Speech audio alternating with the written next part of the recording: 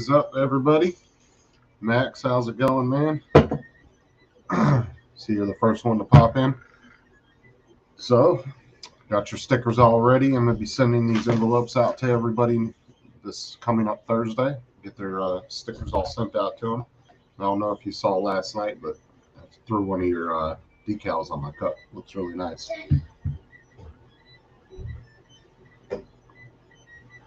How you doing today, Max?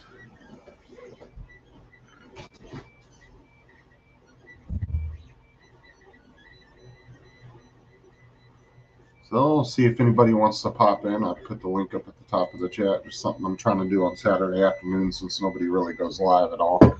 So,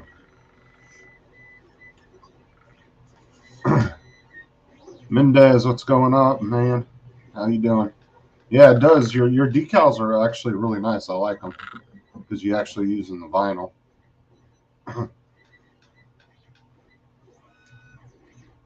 So I know Matt and AZ and all them are pretty excited about getting some more stickers. Are you working? What you up to, Mendez? How's your day going?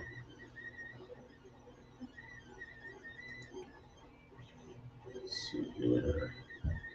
So I'm not doing much today, just finishing up Adrian's rocket. I got his rocket made, and I'm working on the smokestack, or the smoke plume, and the LED holder that goes on the inside. And then I'll be doing the base for it so I can get it sent out to him. But I'm not painting it or anything. I'm going to let him just do whatever he wants to it. Yeah, Mendez, I have your... where are you at? I know you're on here somewhere. Yeah, right there. Mendez Drones. Right there.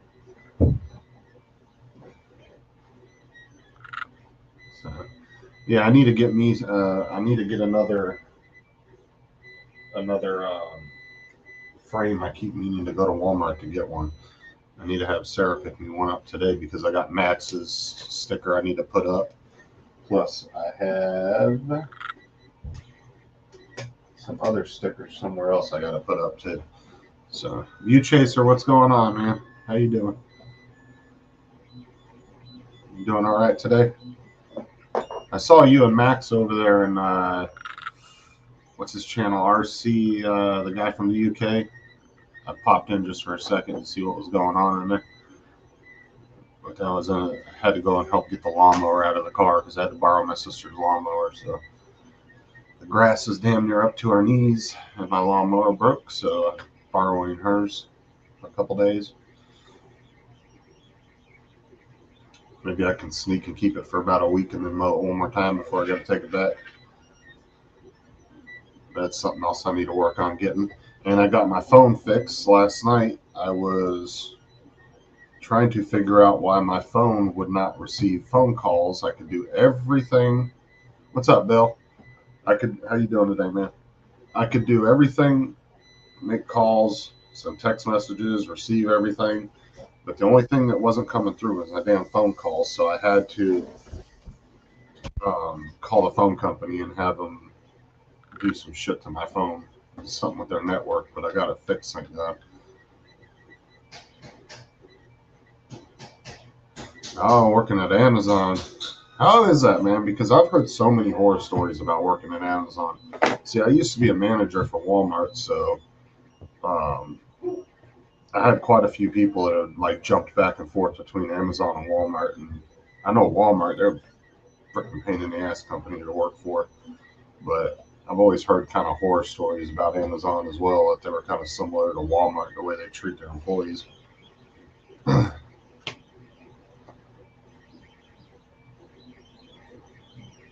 Oh, you're a contractor. Okay, so are you one of the guys that does deliveries? What is it, Amazon Flex? Or do you like are you like a subcontractor in the warehouse or something?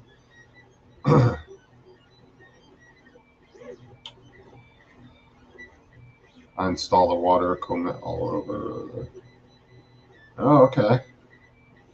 Yeah, I guess being a subcontractor is a lot better, right? You don't have to directly deal with them over your head all the damn time. That's like me. I'm a subcontractor for FPU, so technically I work for my own company.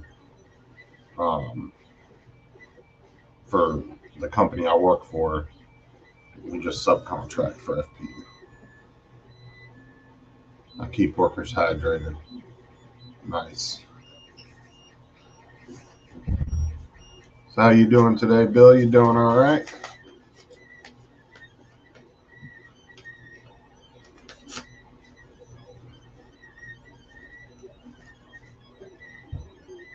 I do have.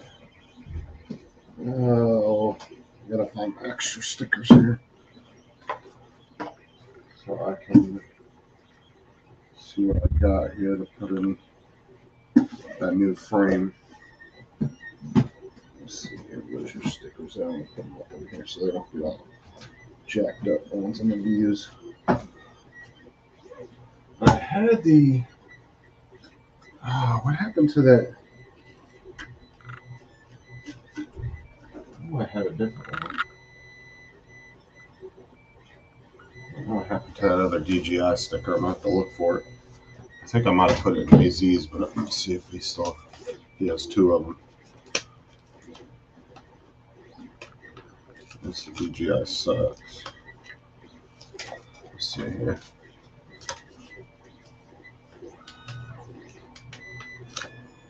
I'm moving soon. Need a new place for my board. I have to step out for a minute later, guys. Oh, you're good, man. Doing good, buddy. You just have to get a whole lot better. What's going on, man? You been sick or something? Let's see here. That's all.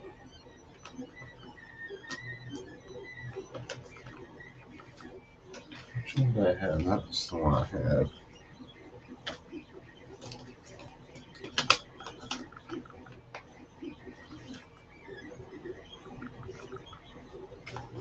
Let's see. That's Matt.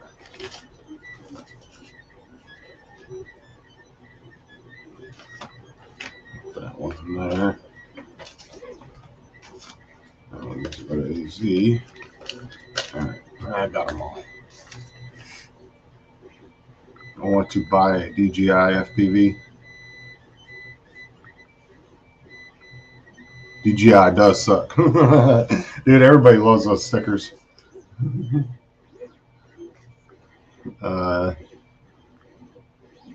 Yeah, you know what? I'm still interested in the DJI FPV, but if I had to make a purchase of another DJI drone, it would probably be the Air 2S. But I'm also curious about that supposed new FPV that's coming out. Waiting to see how that is. Let's see here.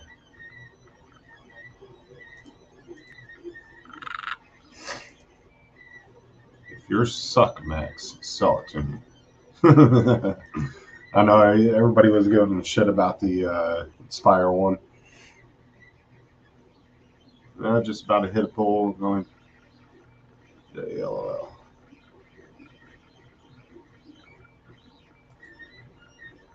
Oh, I think you should. And you should do an extra one for me since I'm not allowed to do that no more. I actually had to go take a drug test yesterday. So. Let's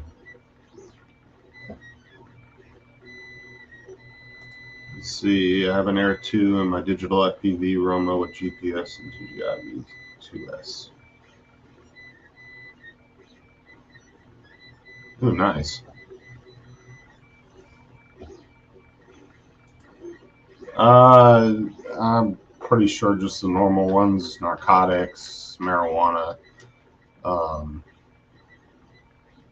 That's normally what they test you for, like cocaine, meth, marijuana, pretty much that.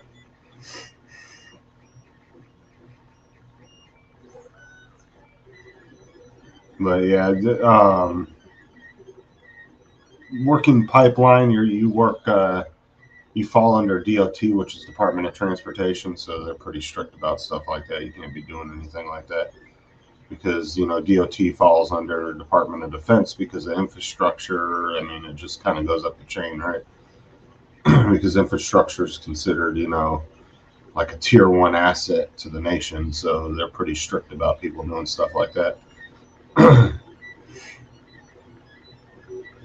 Which is understandable, right? I mean, infrastructure is very important as far as keeping your lights on, your gas going, your internet, right? I mean, honestly, anytime you see a utility worker, you should thank them because they help keeping your everyday comforts on, right? Especially like guys that the power line workers. That's a dangerous job, but they get paid well for their job. That's for sure.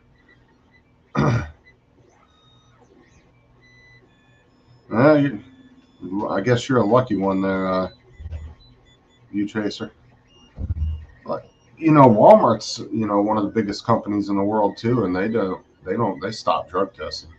I think they only drug test for the warehouse, certain positions in the warehouse. They still drug test for salary management and if you're going to be asset protection. But as far as a regular employee in the store, Walmart gave up on that about 3 years ago because they were spending a little over $100 every time they had to send somebody to LabCorp to get a test, and then 7 out of 10 people wouldn't work more than a week or two and quit. So I think they just found that it was more cost efficient just to pay the little bit extra in insurance and screw doing the drug testing. Yeah. It's an old debate, right? Well, you can't do anything until the federal government decides they want to take it off the Schedule 1, right? Yeah, not down here they don't. See, that's the weird thing that I've always argued about, right? Is why is it okay for a doctor to write you a prescription for narcotics and a company says that's okay, but then in the states where marijuana is considered medical, a doctor can write you a prescription, give you a medical marijuana card, but companies will say, nope, we don't accept that. Because honestly, in most states where it's medical, it doesn't, the only thing the medical card does really is just keep the cops off you, right? It's not really other than that, it doesn't really do anything for you. It just keeps you from getting in trouble by the police because then you're allowed to have so much on you, right? But there's still a lot of companies in a lot of states that don't recognize it, and I just don't understand why they can recognize a narcotic prescription, which is even worse for somebody, something that's highly addictive, but they don't consider, um, a marijuana prescription anything. I don't know. That's just something that I thought was always stupid.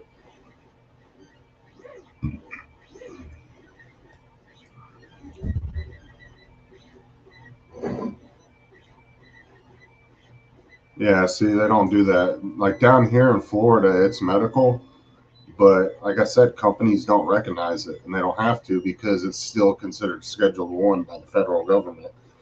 So technically, they don't have to accept it as a.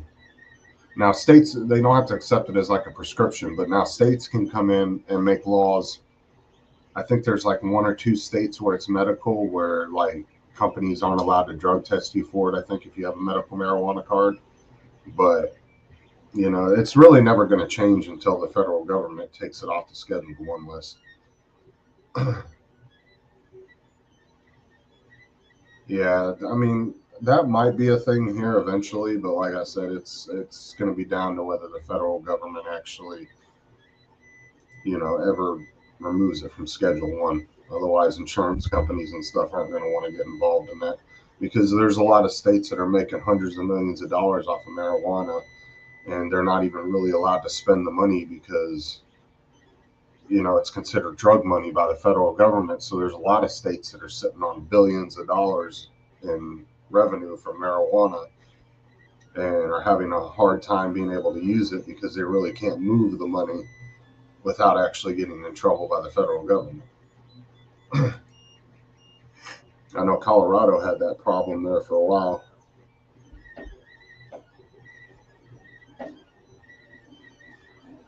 But like I said, maybe one day they'll be able to get to it and realize that it's not really all that big of a deal. Because I mean, it really isn't. I know people that have owned businesses for 20 years. I know people that have that are in their 50s that have worked their job every day and worked hard and smoke every day, and it doesn't affect their ability to go to work and do what they got to do and pay their bills, right? It's not like cocaine or crack or anything where it just completely fucks your life up, right? Because I met a lot of people that were like that, that just got on pills or crack or meth or something real bad and just completely fucked their life up.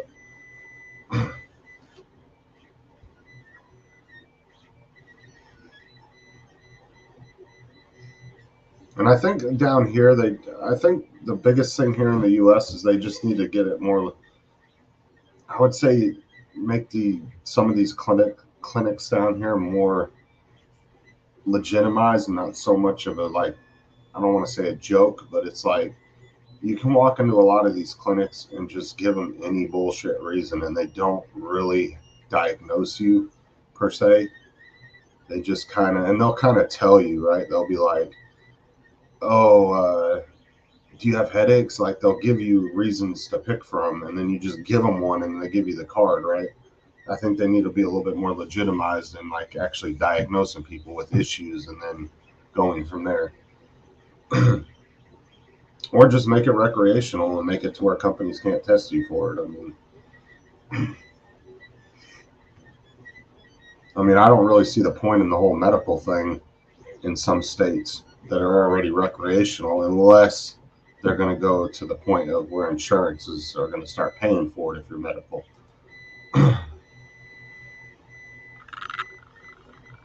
A doctor, and then I thought of it a different way. But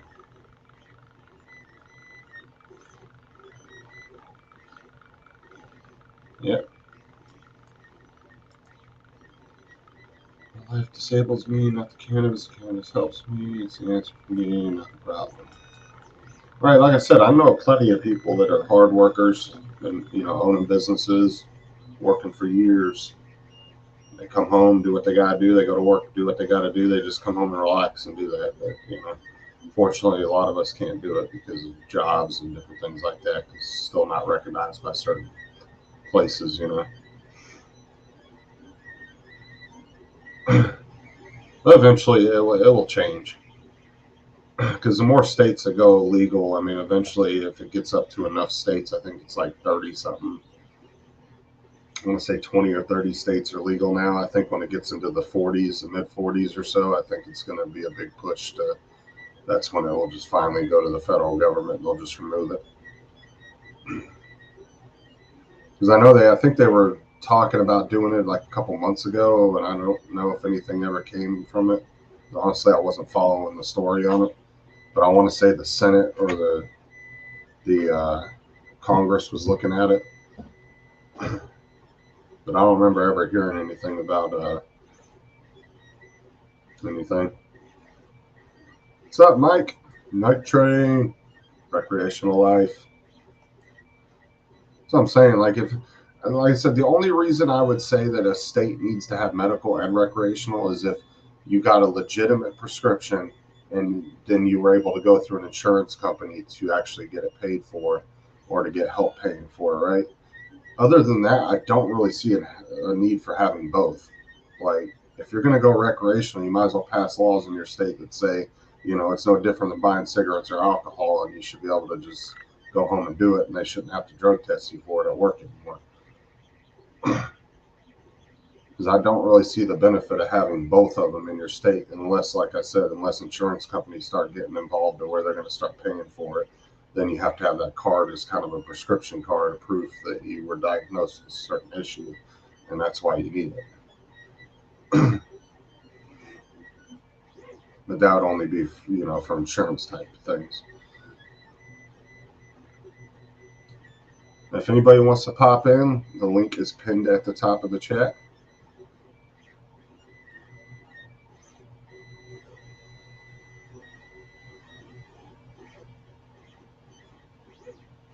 Well, that's yeah, I understand that, Bill. But that's what I'm saying. I can understand the medical being, a little bit better stuff, and then the insurance companies paying for it. But if insurance companies here in the U.S. don't ever want to get involved with it, then there's really no point at that point. Because then you could just buy the shit at any dispensary. And then dispensaries would just be selling it to everybody. But if any of y'all want to pop on and give your 2 cents on it, I'd love to hear it.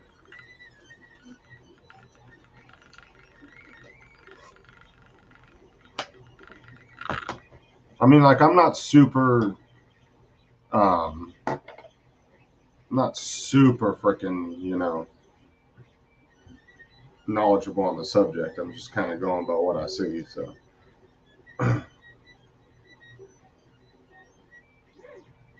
right, and that's what I'm saying, Mike. Like, but if well, I don't know, if they just made it recreational, right? Would it really matter? I'm sure it would still be regulated if they just went full recreational on everything, where you didn't have to have a medical card. But does a medical card, besides getting you better weed, does a medical card actually have any other benefit? Like, because you can't get insurance companies to pay for it, right? Does it provide any kind of other benefit besides maybe the cops not bothering you? Well, I guess it really doesn't matter if you're recreational too. But like here in Florida, the only real good thing it helps you with is you can buy it legally and it keeps the cops off of you. But like I said, unfortunately, companies don't recognize it here as a legit prescription, right? Like, it doesn't matter if I went to tomorrow and got a medical marijuana card and I went to my boss and said, "Hey, I got this." The company wouldn't give two shits. They'd be like, "Nope." They wouldn't take it as a legit prescription, right? Yeah, I feel you, Max, because I have been to a couple of them a few years ago, and yeah, that shit was not cheap. I'll tell you that. It was. I went with my mom a few years back, and I'll tell you that shit was expensive.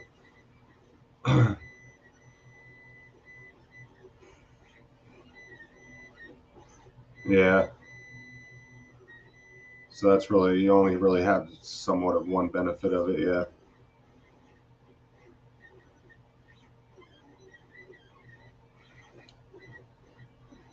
it's an interesting subject, though, right? It needs to be explored further, and something really needs to be done on the federal level because the big argument was always, oh, they can't tax marijuana. Why not? You're selling it in the store just like any other product. Why the fuck can't you tax it by weight? We tax bananas by weight. We tax food by weight all the time. When you go to the store and you buy bananas, they weigh them, and then there's a certain amount of tax to that price when you pay at the register. I never saw that argument. I never understood that argument of, oh, well, they don't know how to tax it. It's not that fucking hard. It's like any other product. Like, the federal government could be making 10 times more money off of it than they ever would trying to stop it. And if you commercialize it more, then it's going to really kill the underground market for it, right? There will always be a small underground market, you know, of people, getting it from a dispensary on the down low and then selling it cheap to somebody else on the street. Yeah, that's going to happen here or there. But for the most part, it's going to shut down your street dealers and a lot of other things because if it gets so widely mass produced, you'll be able to walk in any 7-Eleven and buy a fucking pack of joints for 20-30 bucks, right? If it was mass produced on that scale, and you could go to any state and get it. I don't know. It's just my opinion on it. But,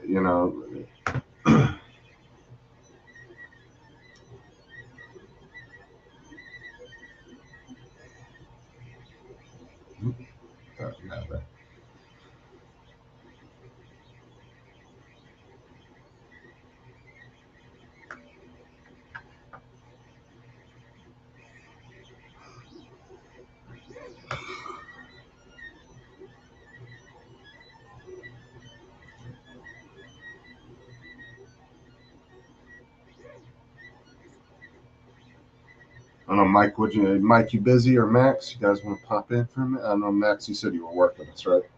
Mike, you want to pop in for a minute, man?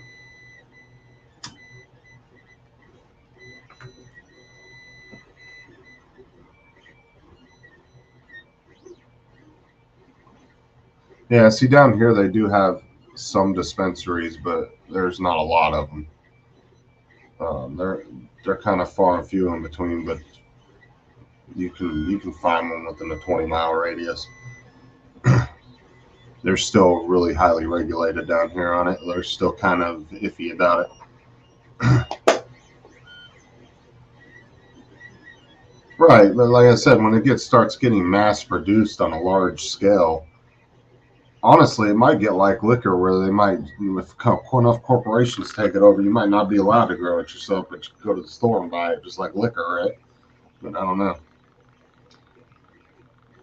But honestly, if I could go to a 7-Eleven and buy a fucking pack of joints for $25, dude, that's so convenient, right? Like, I wouldn't even want to grow it.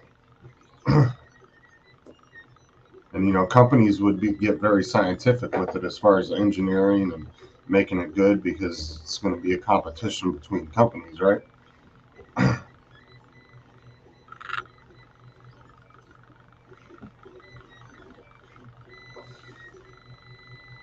It's just, I don't think it. I think dispensaries are expensive right now, but I don't think, you got to remember, marijuana is not on a mass production scale like fucking cell phones are, and computers, and you know soda. Like, it's just not on that massive scale yet of that much being made of it.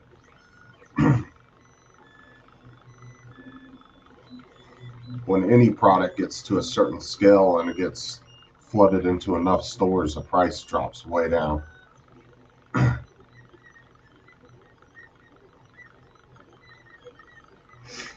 I did back in the day, like over 10 years ago. I grew here and there. Never nothing crazy, but I know I had some family members that did too. They had some pretty big greenhouses and shit back in the day.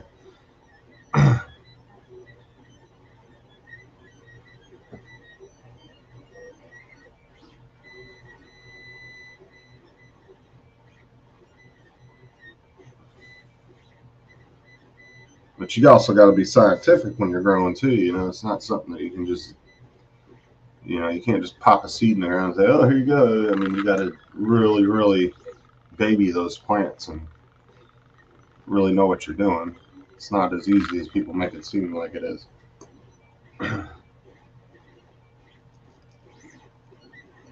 Especially if you're growing in like a inside or in a greenhouse or anything like that.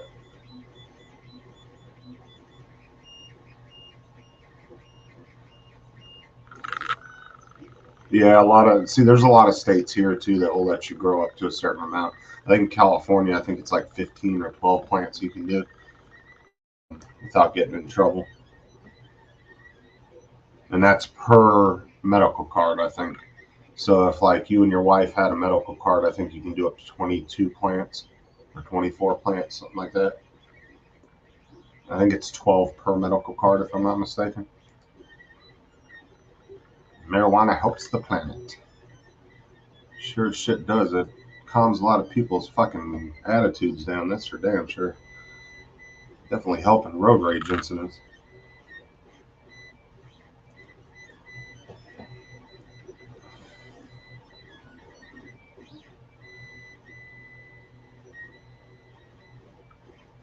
Yeah, I think, like I said, I think in California, I'm not sure about Florida if you're allowed to grow here, honestly, because since I've been here, I haven't really been in that whole scene, so I'm not real sure how that all works.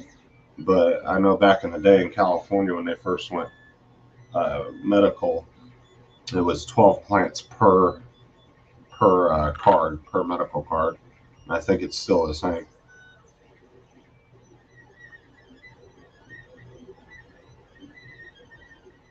No, it's just got a lot of fucking potheads in the chat. You guys all started talking about marijuana, so at least it's something to talk about.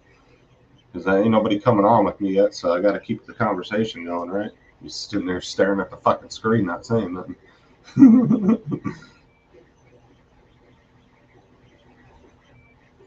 Bill, you're in Newfound, so you can do it if I wanted to apply for ACMPR, whatever that is. It must be like some kind of license or something.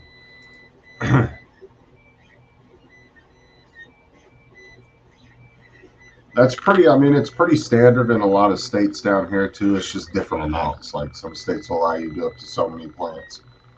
Just depends on which state you're in.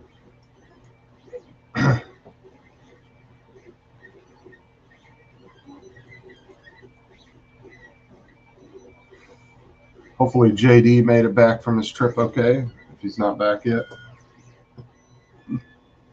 Sucks he had to miss Matt's show last night. That show was pretty funny last night.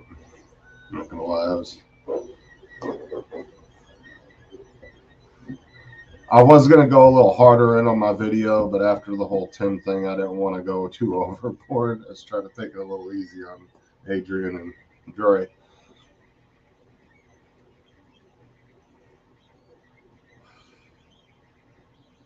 I kind of didn't want to go too overboard with the fucking.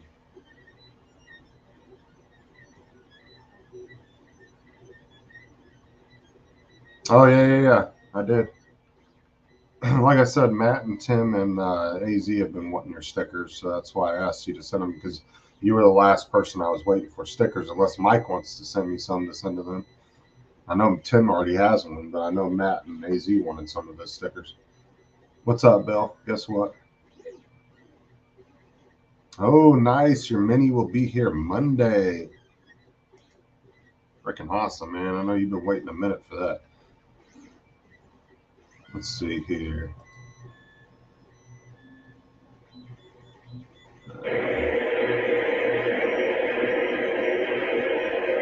Shit, hold on.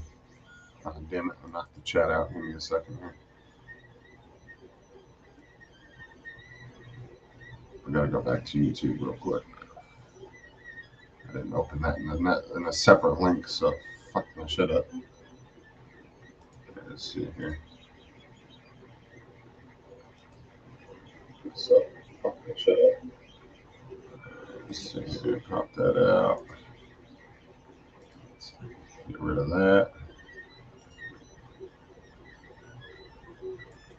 Alright, yeah, I'm gonna. Alright,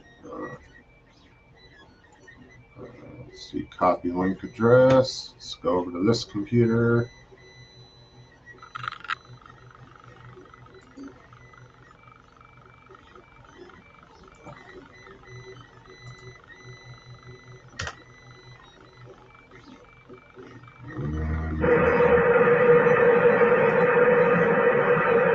Pause that.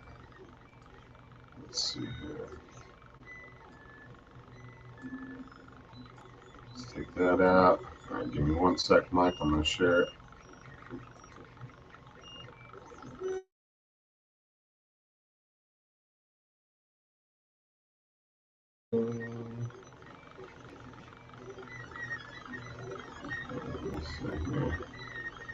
All right, let me pop this out. We'll take a look at this. Turn the volume down a little bit.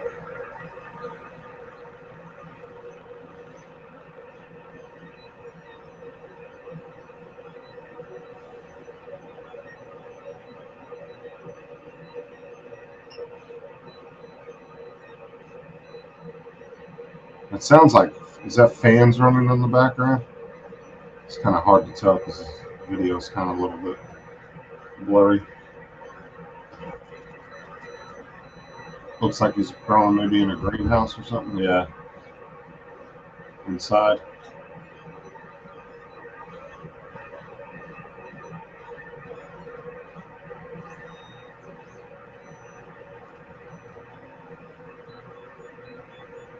Yeah, not bad at all. Well, you know, some people just have that green thumb too when it comes to growing certain things, you know. I've seen people try multiple times and just didn't come out very good. You got to really do your research. What's up, AZ? 6x8 room. And see, when you're doing it inside, you got to be real precise, right? You got to have lights on timers, all that stuff.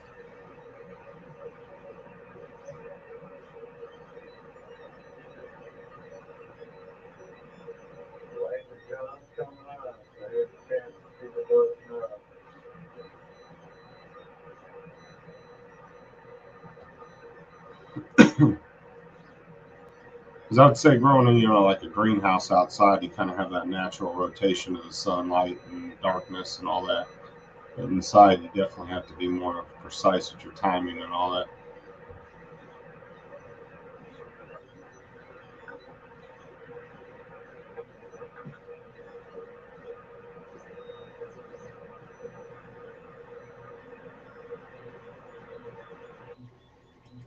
All right, let's see here. Stop sharing. Pull that back up. Oh, what's up, AZ? How you doing today, man? How you doing this morning?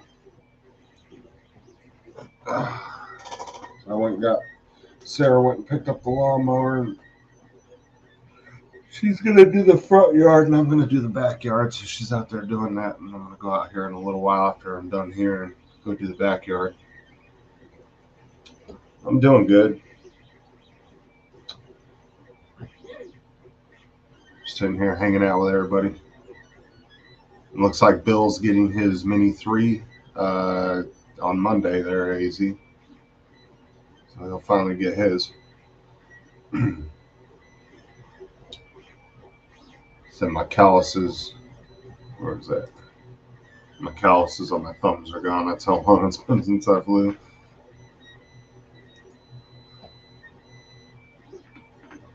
Oh. Well, hopefully you enjoy it, man. I know you've been waiting a while for it. I will be back in 2 seconds, guys. I got to go grab a drink real quick.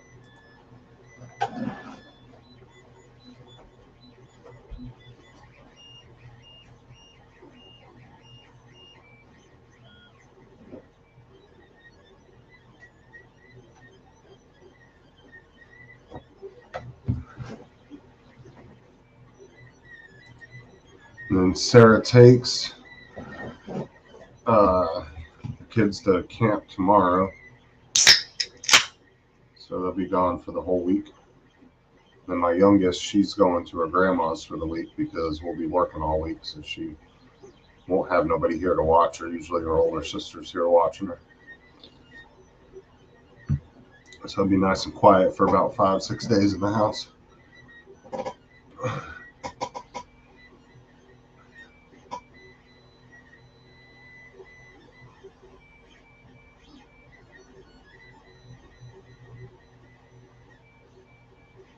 Oh, that's fucking hilarious, Bill.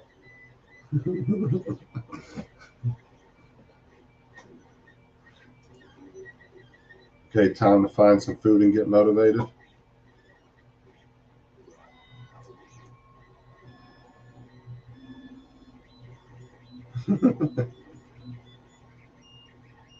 Yeah.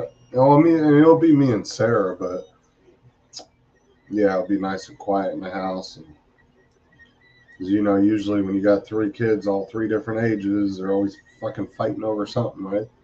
It's always a damn circus in the house. So it definitely would be nice to get rid of them for a week. And they're talking about next year. I don't know, where did that thing go? Shit.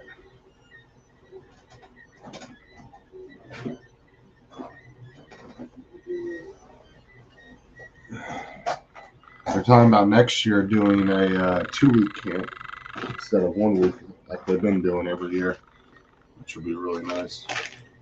Because I know that kids really enjoy going. So plus it's nice when me and Sarah get that time to ourselves and we got all the kids here.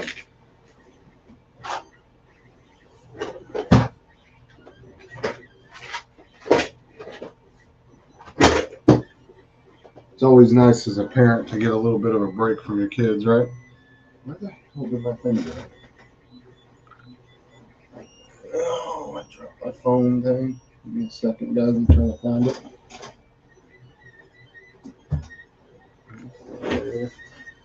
I don't know what happened to it. Yeah, it's always nice to get a little break from the kids. They said they're always fucking arguing and fighting all the time over something.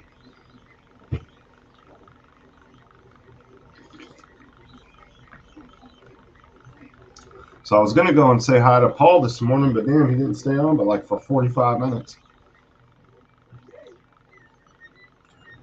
He was being there pretty consistent about his times. Now he's going on 8, 8:30, 9. It's all over the place on his time, so I never know when the hell he's going live anymore.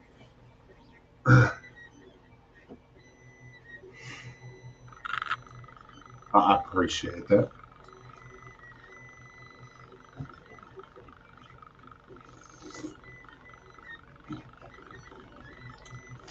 Yeah, I was going to go out this weekend and do some stuff, but ended up falling through, so.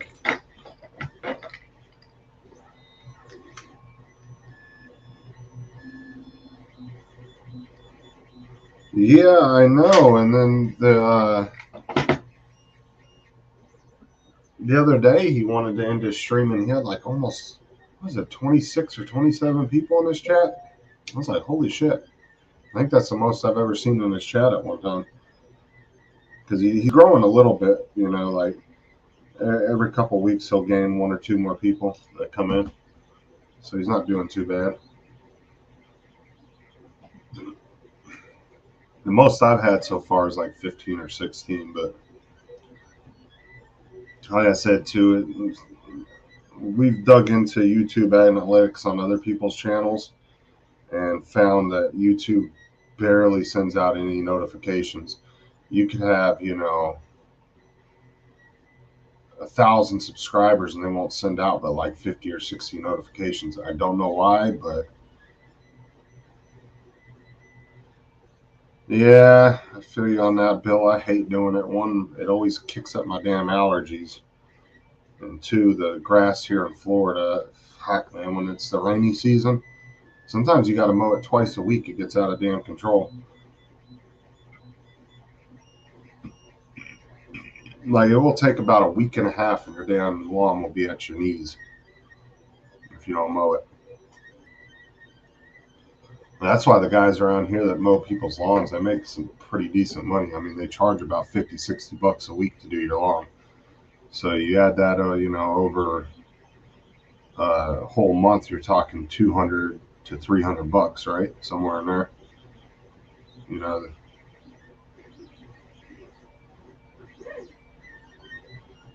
Yeah.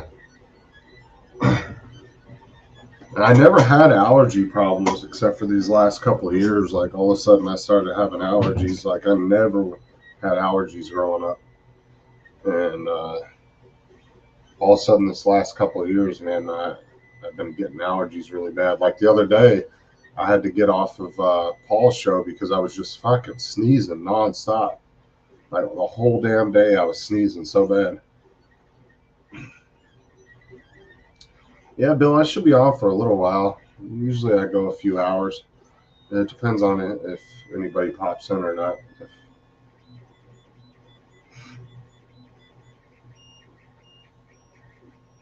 Yeah, and I know a lot of people around here get really bad allergies during the orange grove season, like when the oranges start coming in.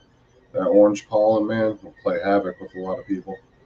Because later, Bill, um, I had a guy that owns a few orange groves here, and he has like a couple hundred workers, and he's coming to Walmart every year, and he'd buy 200 pillows, 200 sets of bed sheets, like 500 or 600 bars of soap, and he would buy it for all the, you know, the legals that worked in the orange groves, because he had like this whole trailer park that was just workers live there, and I want to say the state or somebody has some kind of rule where he had to provide them with like basic bedding and like toiletries and stuff. So he'd buy a lot of toilet paper, like pallets of shit.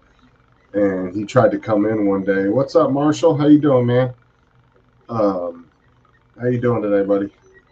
He would come in and he came in one year and he wanted to buy like, fuck, it was like 10 or 15 cases of Benadryl for his workers because he was legit just trying to buy it for their allergies. But, you know, we had to tell him we can't sell you that much Benadryl. We can't even order that much at one time. Like, if we even tried to order that many cases, our store would get flagged for, you know, they only let us order like 1 or 2 cases at a time. And he was trying to buy it for a good reason, but, you know, you just legally, you can't sell that much Benadryl. Like, it's just not a thing. So we had to turn him down on that and tell him no. Like, his guys have to come in individually and buy it.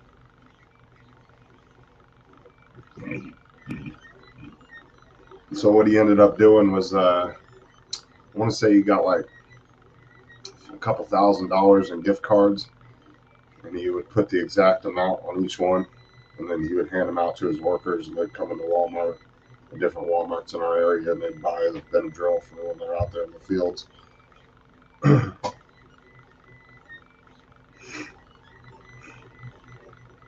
But there's quite a few busloads of them.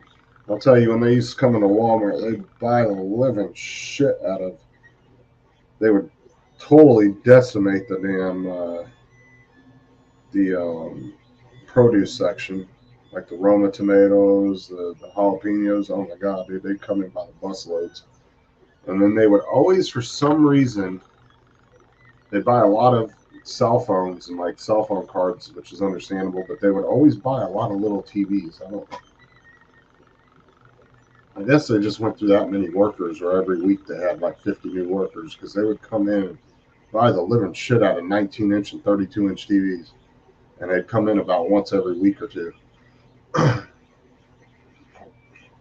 like I said, they have like a whole trailer park where these people live. And then they come in with buses every morning and pick them up in these big white buses. And then they take them out to the orange groves. They work all day, and then they pick them back up in the buses to take them back home. They drop them off in the trailer parks.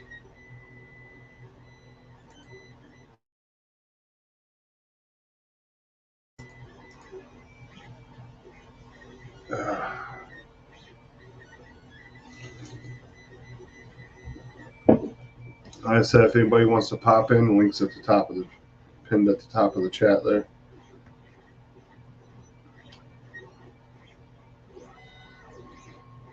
But yeah, I definitely got to go out and finish that lawn unless Sarah got in, unless she got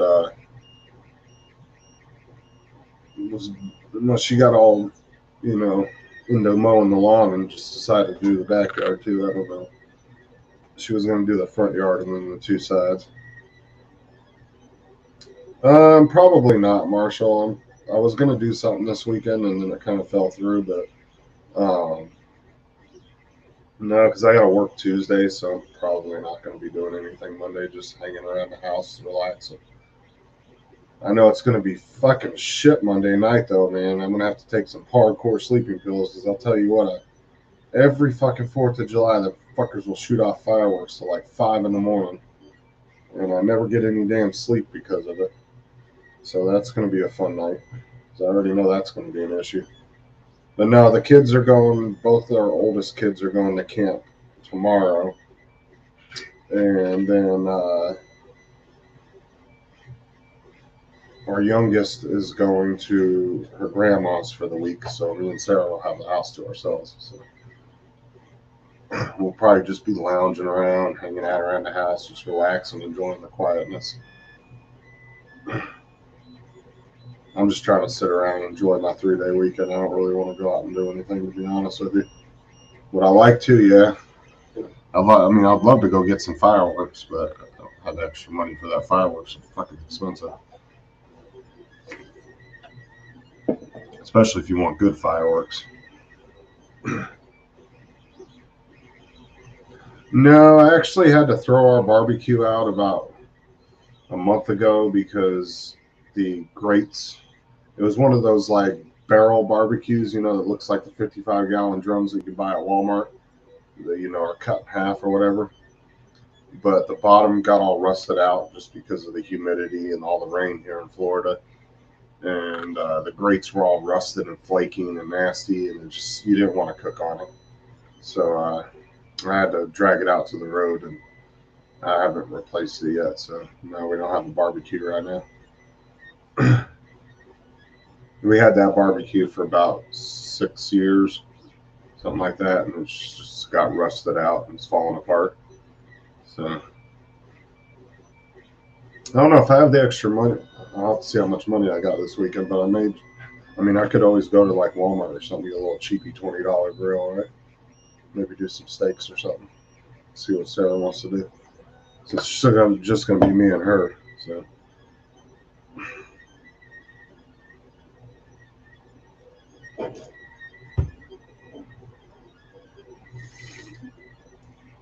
because I even think the dollar store has like little mini grills.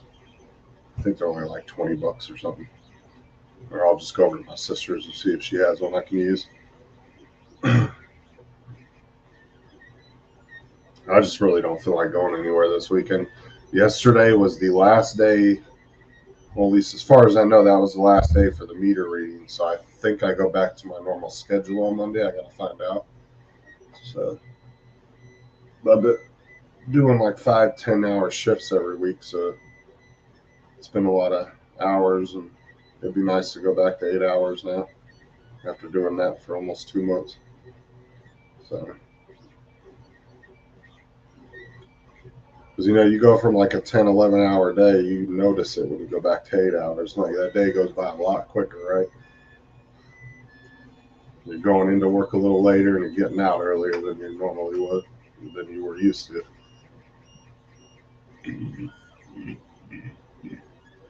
And what sucks too is like you can get like 10 hours overtime, right? But it's almost like you don't see but 2 or 3 hours of it on your fucking paycheck because they just take so much out for taxes. I wish they would just make a law that if you get overtime, I wish they would just make overtime non-taxable. I think that's bullshit. Like you're working all that extra hours and you're doing that for a company to make more money. I don't think the government should be able to tax that. I think that should be tax-free. Because it's like I could work 10 hours, I might see 3 or 4 of it on my paycheck. And then if you work like 20 hours overtime, you might see maybe 10 or 11 hours of it. It's just they keep taking more and more of it the more you get. Because you would think, oh, we're making $22.50 an hour at overtime.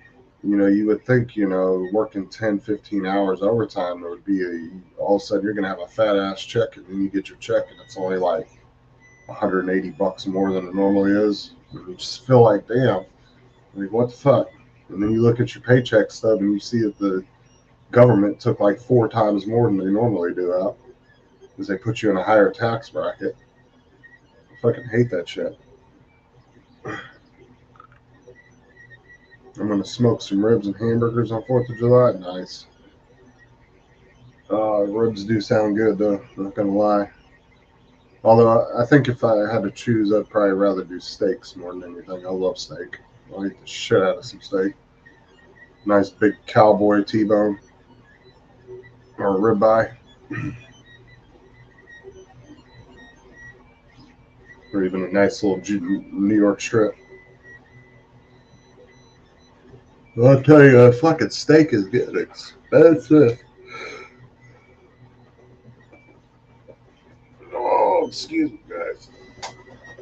I didn't get much sleep last night. I was up till like 4:30 this morning. What's up, Marcel? I went to bed and I was fucking right back awake at like 8:30. How you doing today, Marcel?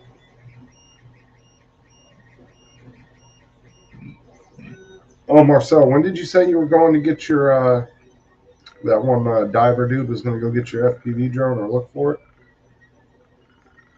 I remember you saying something last night about that. Of another YouTube channel that does diving. Hi, Sarah.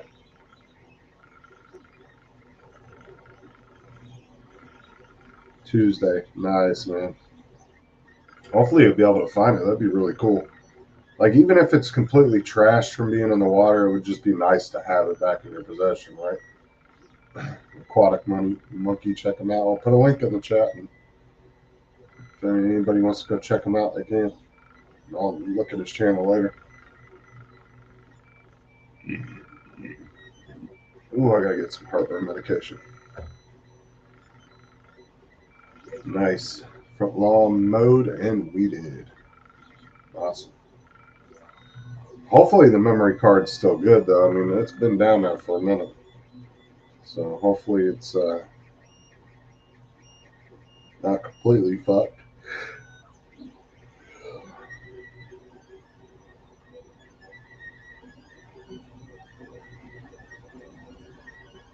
Oh, was that the video with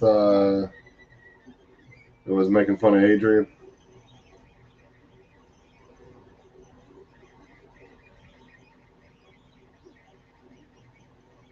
Yeah, I'll save that link and check it out here in a little while.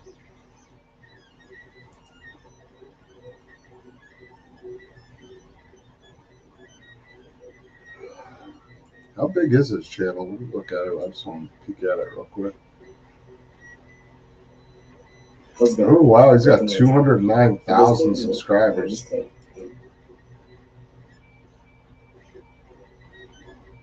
Awesome. Quite a few views on each video, too. Not bad. So is he going to make a video? Is he going to make a video of like him looking for your drone, or is it just kind of part of what he's already doing?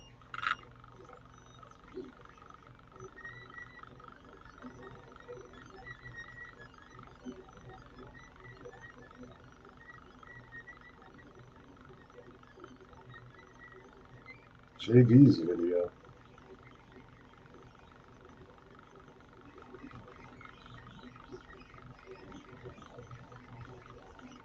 Well, it'd be pretty cool if he does a video and then you guys can kind of go watch the perspective from both of you, right?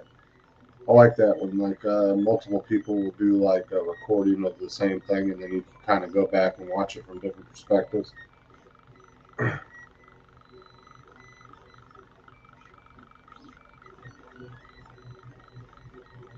I like doing that when I watch gamer videos. If I watch a GTA roleplay video games, like I'll go and watch one YouTuber and then I'll go and jump to the other YouTuber's channel and watch the same video, but it's from a different perspective. Like if one's off doing something else, you get to see what they were doing.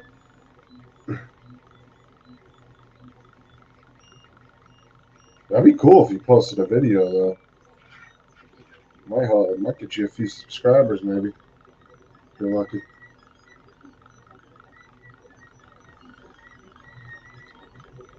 Although I've noticed not really knowing a bigger channel doesn't always help. I mean, like look at like Kelly Shores and like Chris Sunrise Water Media. What Kelly Shores has what like 40,000 subscribers or something. And Chris, I don't think has but a few hundred. Excuse me if I'm wrong about that. But look how much he does for Kelly and everything, and just it doesn't get him a shit ton of subscribers, right? Like I know a couple of gamers that are pretty big. They have really big channels, and it doesn't help me out at all. Even if they shout me out 100 times. At least I never noticed a huge difference, but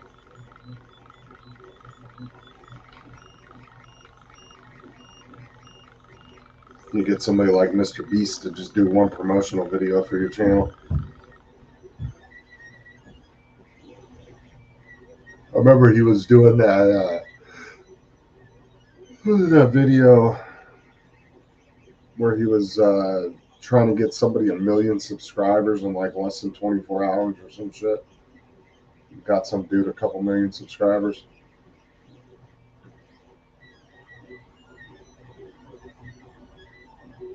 Sorry if I'm yawning, guys. I'm just a little tired. I'm hoping somebody will pop on the fucking panel with me. Ugh.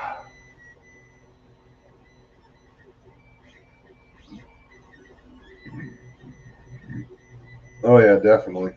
But you're not really doing much YouTube though anymore, Marcel, are you? Aren't you doing a lot more Twitch stuff now?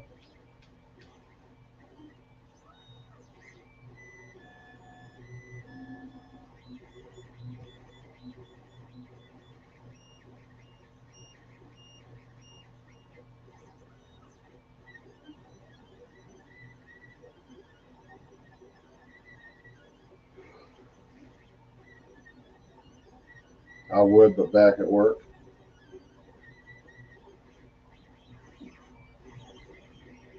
Yeah, I haven't seen you on any freaking. I think I saw you on last live panel I saw you on. I want to say it was Bill from Coast to Coast like a month or two ago. I think that was the only one, and the last one I've seen you on in like freaking 6 months. In a minute.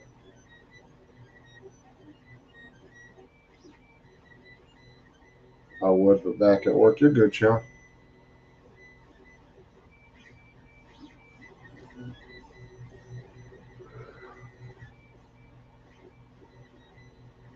There ain't nothing wrong with that, man. I understand.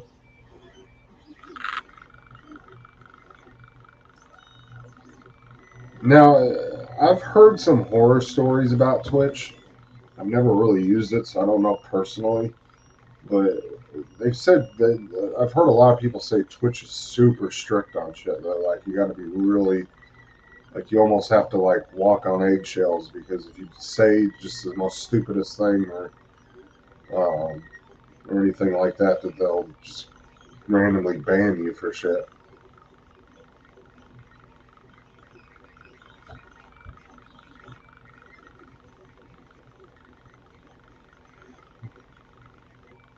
Like I said, I've never really used Twitch.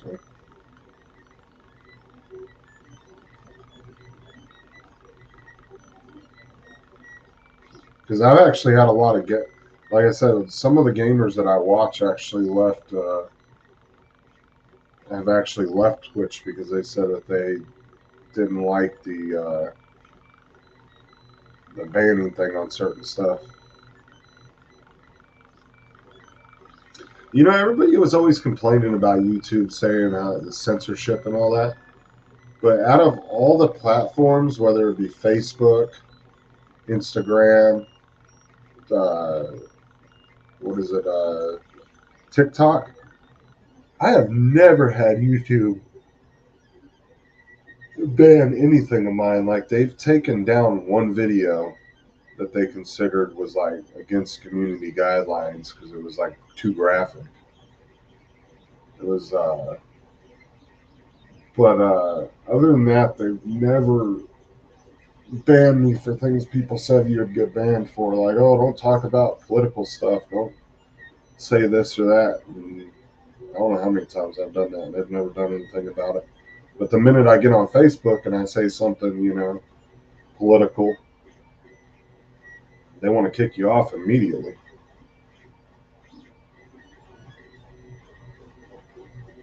Yeah, remember that, Max? Fucking video, your ass video got taken down.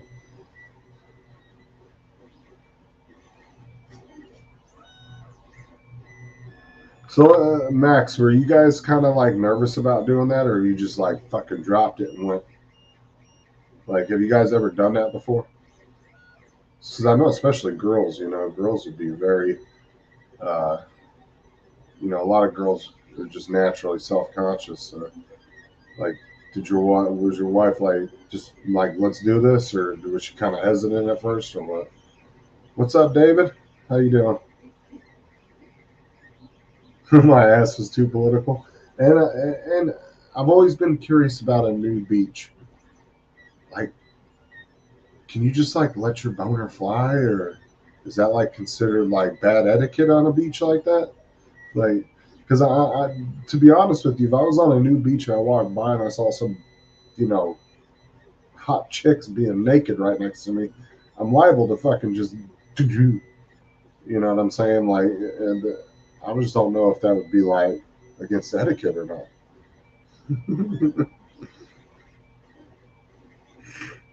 Oh, I'm doing good, David. Just a little tired. I was up last night till about 5, chatting with Tim and them. Uh,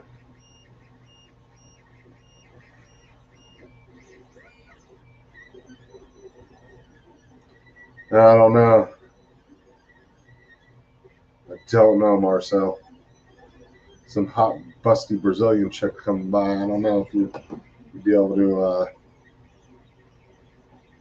hold that down there, buddy.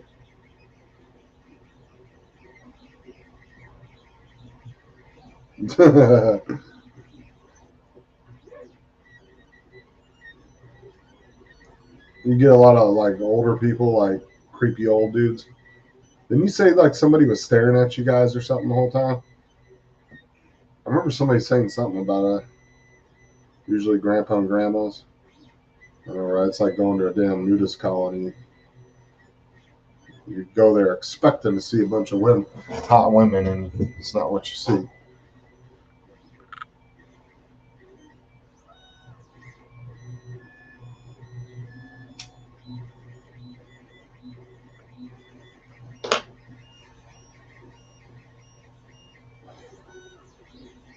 Don't worry, AZ, your sticker's coming very shortly, and you'll be able to put that right on your DJI case. I don't think we have any nude beaches in my area. If there is, I don't know where they're at.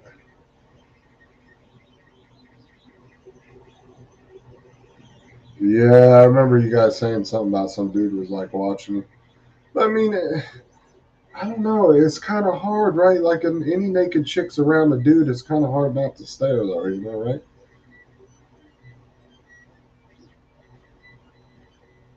Like even if you're like side peeking, out of your peripherals, you're gonna want to look for a minute, right? But I guess that's why you gotta wear sunglasses on the nude beach, right? So they can't see where you're looking at.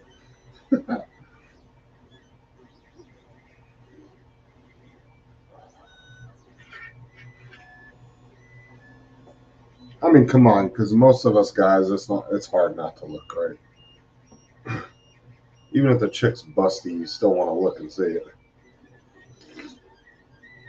even if it's just for a second. Remember what Ron White said, be a nasty biker chick's titties, but you still want to see them at least once.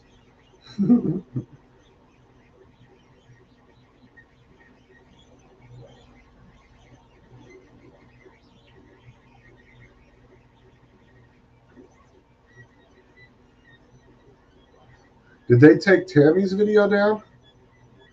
I didn't know you guys had both had a video up. I thought you just had the one up on your channel.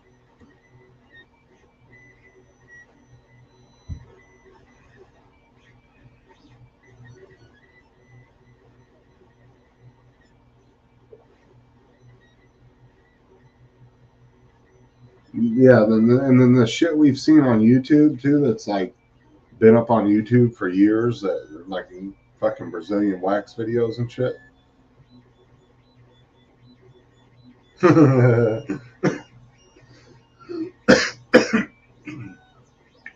That's what I'm saying, man. It's hard not to look, right? Like, let's be honest. A lot of the guys that were watching it on the live shows are going back and pausing, letting them look.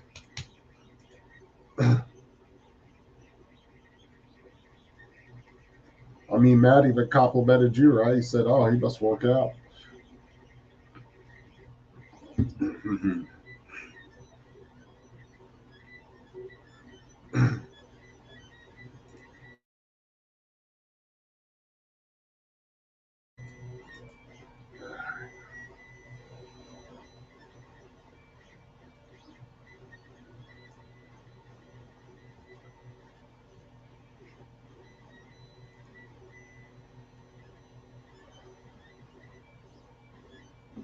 But yeah, I don't know if I could ever talk Sarah into doing that.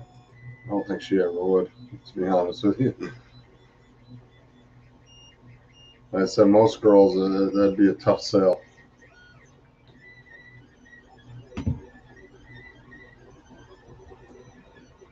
Most girls are very self-conscious, like just naturally. They never think that they look good enough.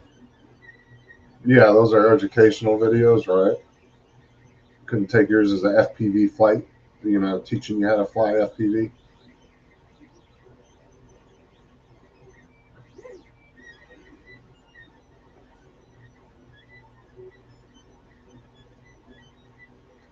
Now, I'm just curious. So, what are the rules of a nude beach? Like a couple just start like fucking doing it on the beach, or is that considered like too far?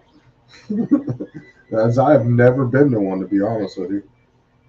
I went to a nudist colony a couple years in a row, but it was for a charity event, so nobody was like naked during it, right? Like because there was kids in there, like they were doing a charity event, so like people brought their kids and everything. They did like kite flying competitions and all this other shit. So all the people, dressed in their clothes because there was kids there and everything else, because obviously it was 18 or older nudist colony. But they would do a fundraiser every year for like the local first responders and everything. And the only thing that they would ever do is, as the first responders were leaving, they would flash everybody. Right? Like the girls would flash their boobies at them, right? But other than that, like they just wore their clothes the whole time, so you didn't really see anything. And I was probably like 15 or 16 at the time when we went. I think we went like either 2 or 3 years in a row. And they would raise money for the fire department and the police department and stuff and all that.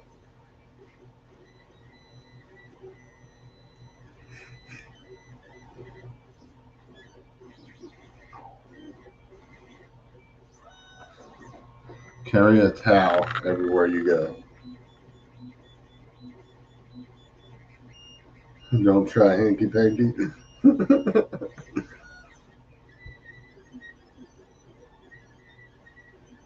Exactly, Max. Exactly. There you go. Nude beach etiquette. 7 rules for the first time users. Don't stare. Leave your camera at home. Carry a towel everywhere you go. No sexual touching. Apply sunscreen liberally to all exposed skin.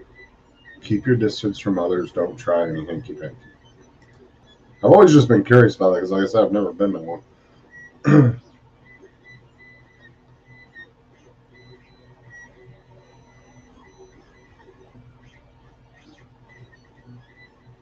Now, is there an age limit like for those places? Like you have to, is it like 18 or older to go on like a nude beach? I'm assuming a 16-year-old girl or boy can't just be walking around butt ass naked, right?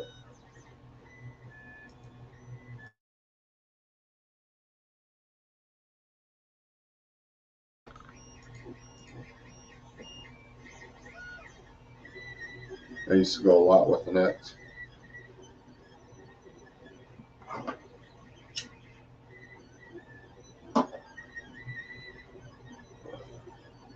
So I would assume there's some kind of age limit.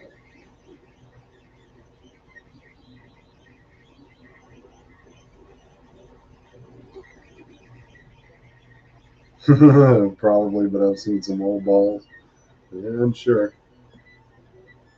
Oh, I'm sure there's some old guys that hang out on the damn beach just to get a peek. Like I said, it doesn't surprise me. I mean, it's kind of a natural thing for guys to want to peek at naked chicks, right?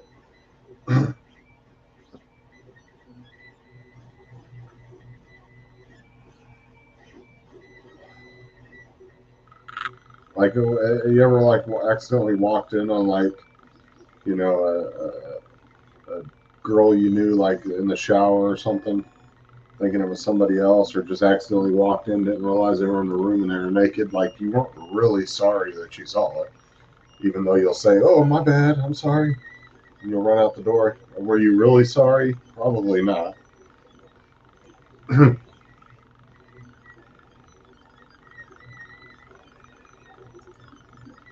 My mother claims that my real father was a resident preacher at a nudist colony in California. That's where the nudist colony we went to when I was a teenager. Uh, it was in Newberry, California.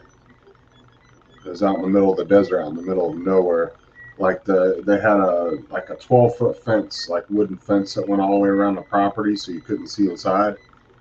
And then it was lined with big ass tall like hedges all the way around it that went up over that fence, so you couldn't even get to the fence. Like it was really blocked off. You couldn't see inside or anything because like the bushes would go another like 5 or 6 feet over the fence.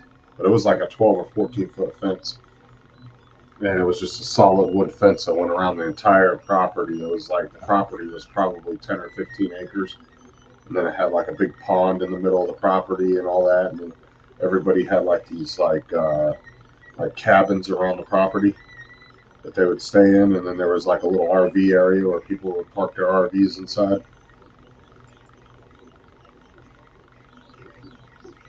We took my brother there when we were young. Like I said, when we went there, they all wore clothes because it was for charity events. So they didn't. There was nobody walking around nude. But 90% of them were old people. I mean, they were in their 50s and 60s.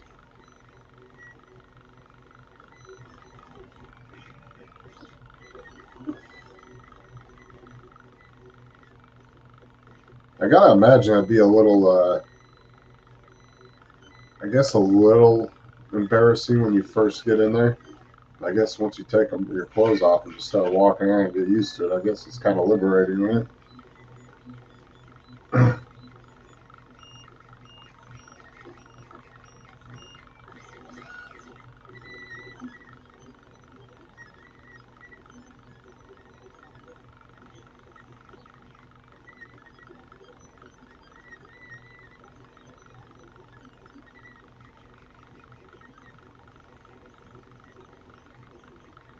But yeah, that place was pretty blocked off. You couldn't see jack shit from. I mean, you couldn't even get to the fence. The hedges were so thick. And it was to keep people from trying to spy in there, being able to see anything.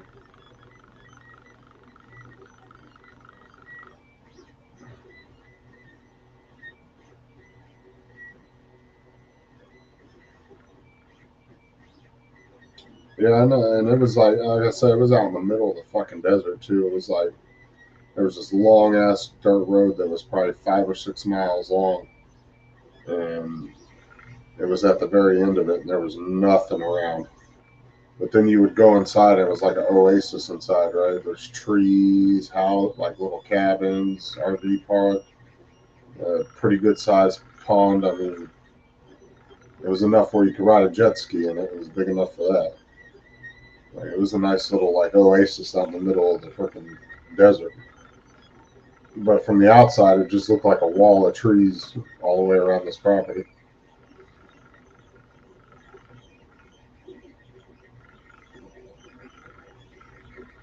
Well, you know, Mike, um, me and Sarah like to do that every once in a while.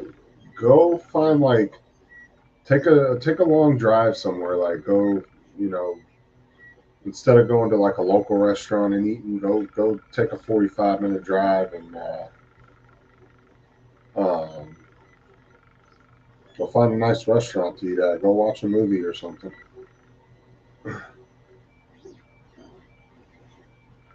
Go to like an IMAX theater and get in those big old comfy recliner seats that they have and just kick back and watch a movie, go out to eat. Because like me and Sarah, when we like to go out to eat together, we don't like to eat locally. We like to like make a trip out of it, right? Go find somewhere that's like 45 minutes to an hour away, drive there, eat, relax for a little bit, come back, kind of make a night of it.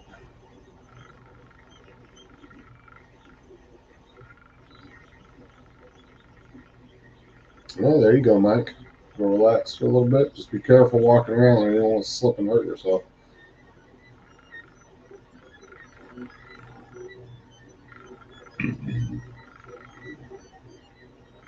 You know, I bet you'd feel really good if you got into a hot tub, man.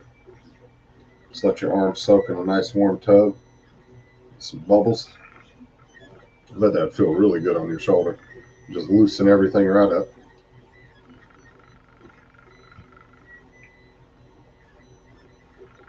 I know that feels really good for, you got like a pulled muscle or something in your back. Just sit in a hot tub for about an hour, hour and a half.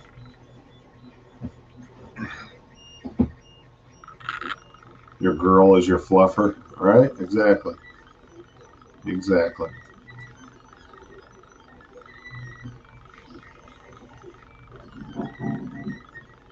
Let's see what time we're at. 12:49. We've been on for about mm, hour and 20 minutes. Okay. I'll wait on here for a little bit longer, see if anybody wants to come on. If not, I'm going to jump off.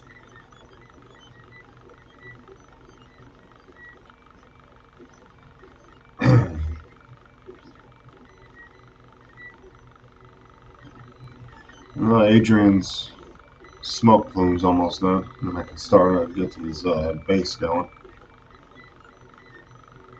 Ooh, chicken and steak kebabs. Nice. That does sound pretty good. I ain't had kebabs in forever.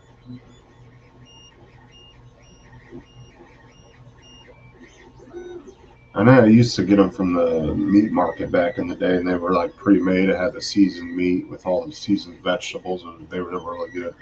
You got like 4 of them in a pack. You could get steak, chicken, and I think they had pork, or they had like 2 or 3 different kinds.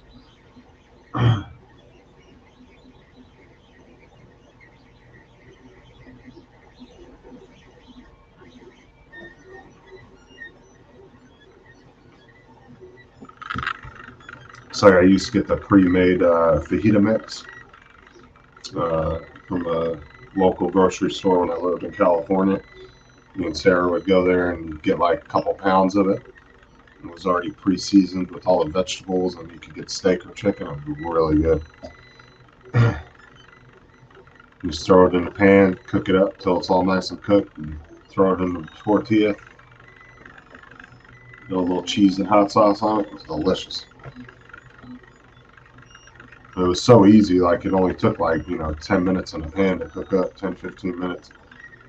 And you were done. You didn't have to cut up all the vegetables, nothing like that. It was already seasoned and everything. So it made for a nice, quick, good dinner.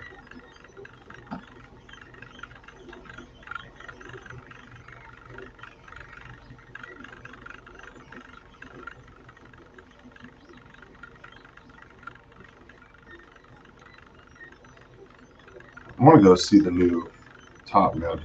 Still really want to see that.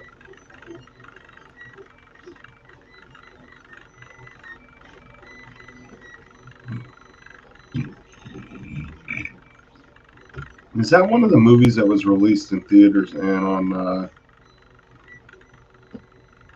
me see here. I wonder if it's available on any of the streaming services yet.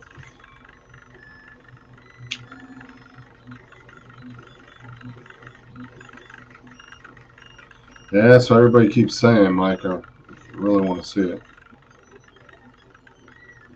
Actually, I might, when I get off here, I might find a movie on.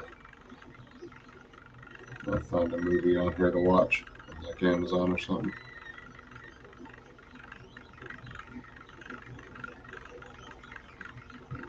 Ooh.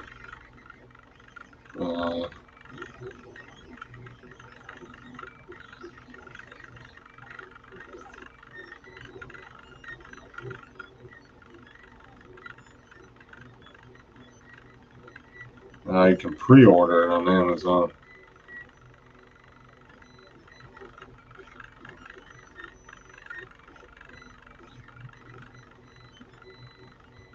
Alls I know though is it definitely booted the old movie though, because ever since the new one came out, man, the old one's been on like every streaming service now.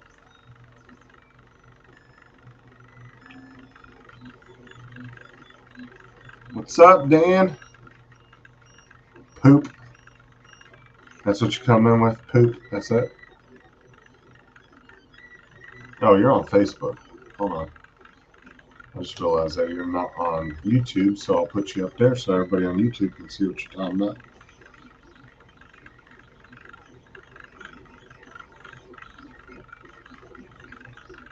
I wish it had said that when it would release it, though, if you pre-ordered it.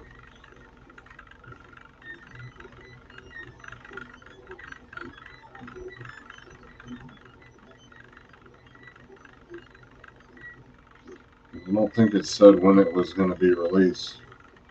Let's see here. Yeah, it just popped in over on. There we go. All the poop. Coming in at 12. Here's the record right over here in my toilet. Ew.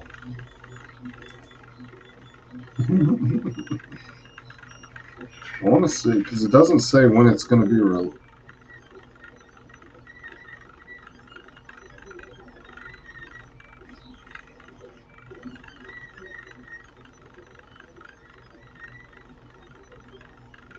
See, it doesn't. It says you can pre-order it, but then you click on how do I watch this, and it says you can only pre-order, but it doesn't give you the option to pre-order. The fuck?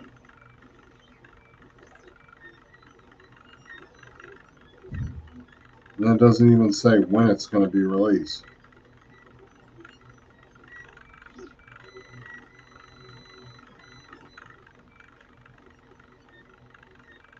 Oh man. I am multitasking on Facebook again, YouTube.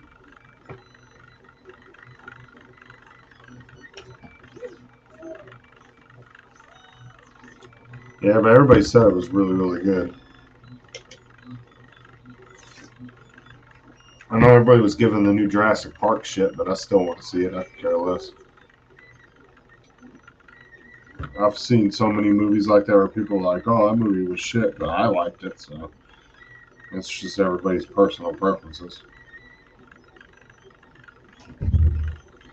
I'm just, I've always loved the Jurassic Park movies, so I still want to see it regardless of people are saying it's crap.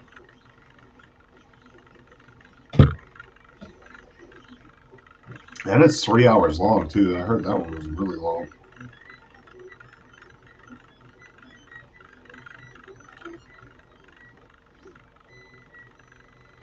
I wonder if that one's available. I loved it. The only thing I liked when all this COVID shit was happening is they were releasing all the new movies where you can buy them on the streaming services.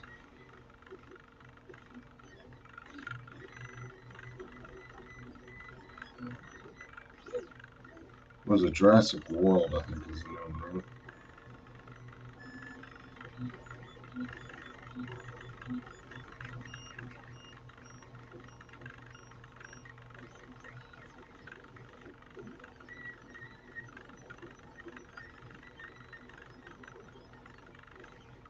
No, it wasn't Jurassic World.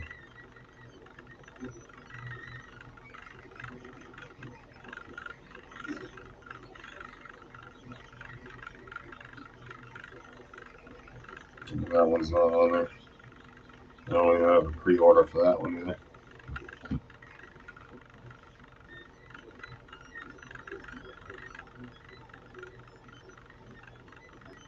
You smoke weed, Dan? I didn't know that.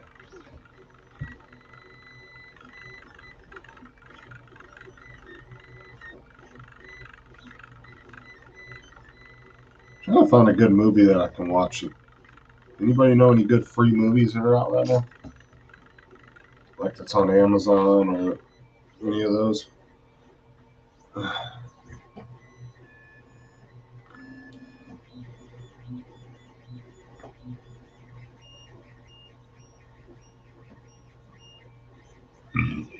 I can't because I'm under DOT, Department of Transportation, so I'm not allowed to. I had to take a drug test yesterday for that. Well, amongst other drugs too, but because I'm pipeline, I'm not allowed to. Because I'm also a driver too, so.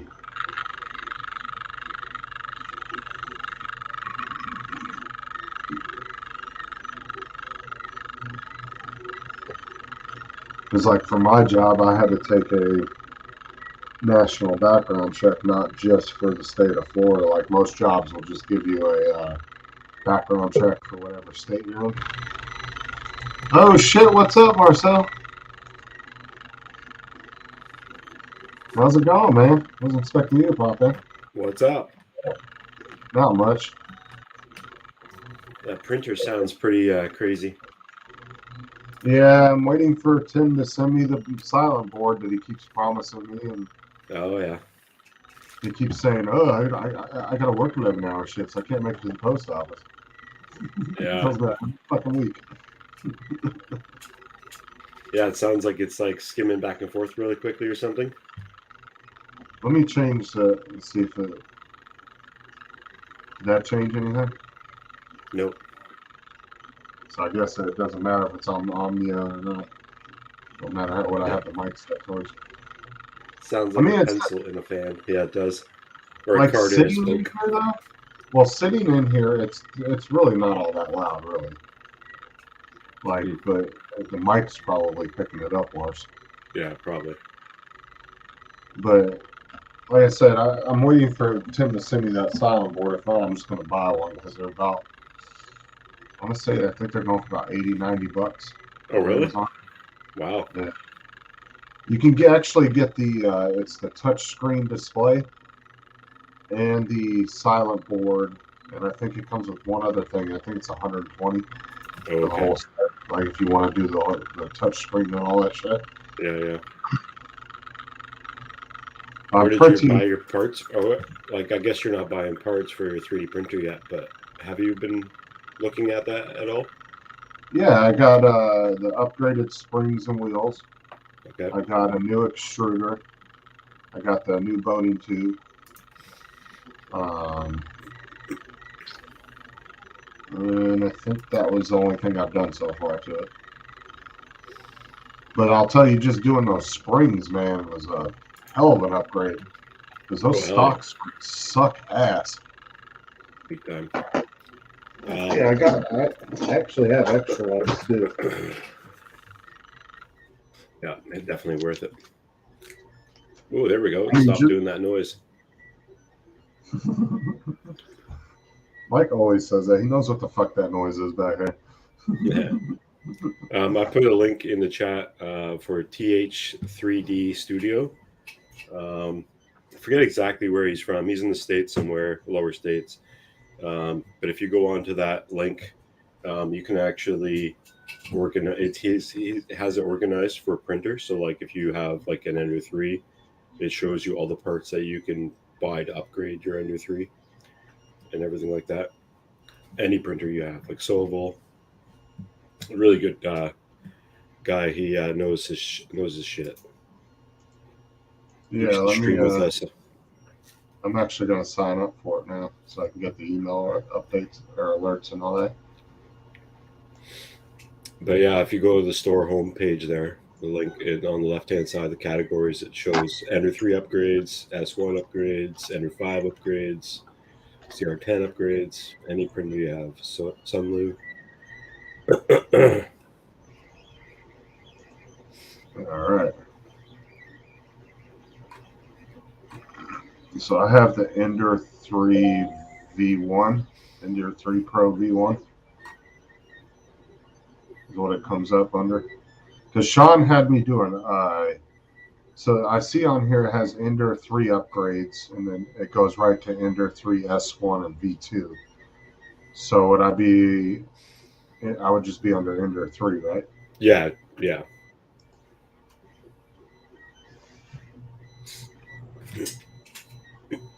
Oh yeah, he's got like kits you can buy of different things.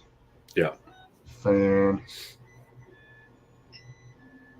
I don't see the. Oh no, I don't see the soundboard. He's got a replacement board for $62.99. I already have the aluminum extruder. Nice. Yeah, that's definitely worth it. And I got the better boating tube. It's the one that can withstand the higher heat. Mm-hmm. Like I said, the biggest upgrade that I did that I actually loved was the fucking springs, because now I've only leveled that bed twice since I put the new springs on there, and I probably printed 15 different things on it. Yep. There you go. Here's a silent board for $63.99. The Creality 4.2.7.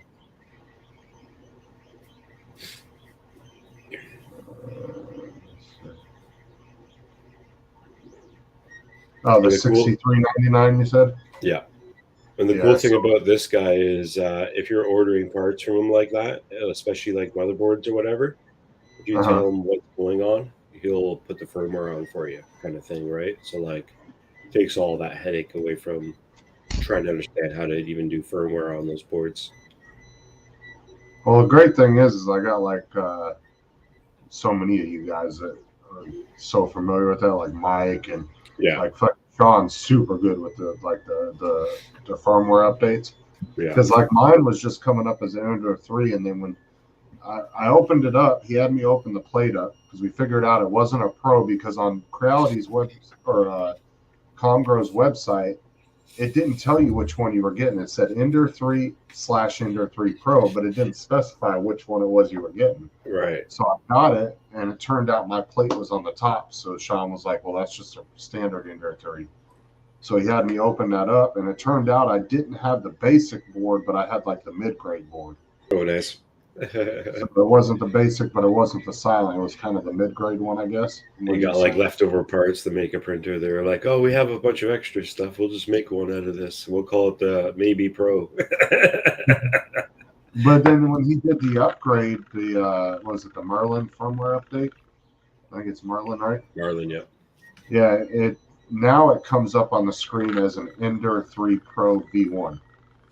When you go to About Printer and it gives you all the information on it, that's what it comes up as now, instead of just a standard Ender 3. Nice. Yeah. That's not a bad price, though. That's actually cheaper than what Amazon was offering. Yeah. And like I said, Amazon's not going to make it right 100%. Where this guy, like, he knows his shit so much that he has like a print farm. And, you know, if you ever checked out his channel before, he knows his shit. He's like Joshua Bardwell, but like way more knowledgeable about 3D printing. This guy's like a genius. Yeah, that's awesome. Yeah, he's got some really good deals on here from what I'm saying. Mm-hmm.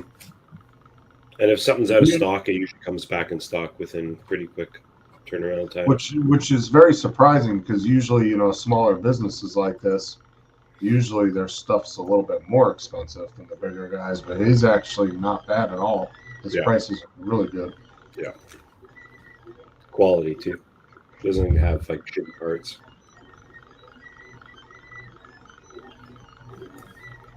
Yeah, that's where I get all my 3D printing stuff. Everything. Yeah, I'm gonna definitely, like, I signed up for those emails, that way it'll give me alerts and stuff on sales and all that. Yeah, that's a good dude. Tim's his name. Do what? His name is Tim. TH3D. I like the metal extruder I got too.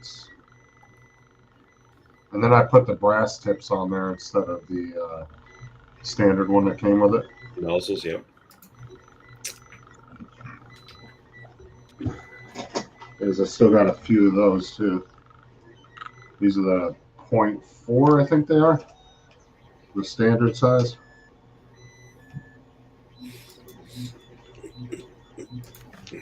Now, Corey was telling me he was printing with, it was like a 1.2 or something. It was like a bigger tip. He said that the printing was like cut in half by using a bigger one. Yeah, I mean, if sometimes you can do that, depending on like what kind of, you know, like what the design is on the print, right? Basic one is 0.4 nozzle. Some people will use like a 0.8, 0.5, 0.6. You can even use a 0.3, 0.2. But now, would a 0.2 be for like if you were trying to be super precise? Like, is that the reason you would use that? Or? Yeah, exactly. Like smaller miniatures and stuff. But the detail is still not going to be as good as resin.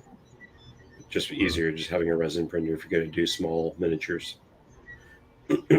But your strength isn't going to be good.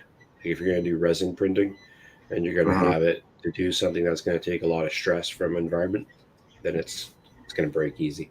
Because it's more of like a detail, like pretty design, where like FDM printing, like what we're doing, is definitely stronger type material, especially if you do, you know, Penchi or whatever. But you know, it all depends on what you want to do with the print itself, right? A lot of people print and it just sits on a shelf, which is fine for PLA and resin printing.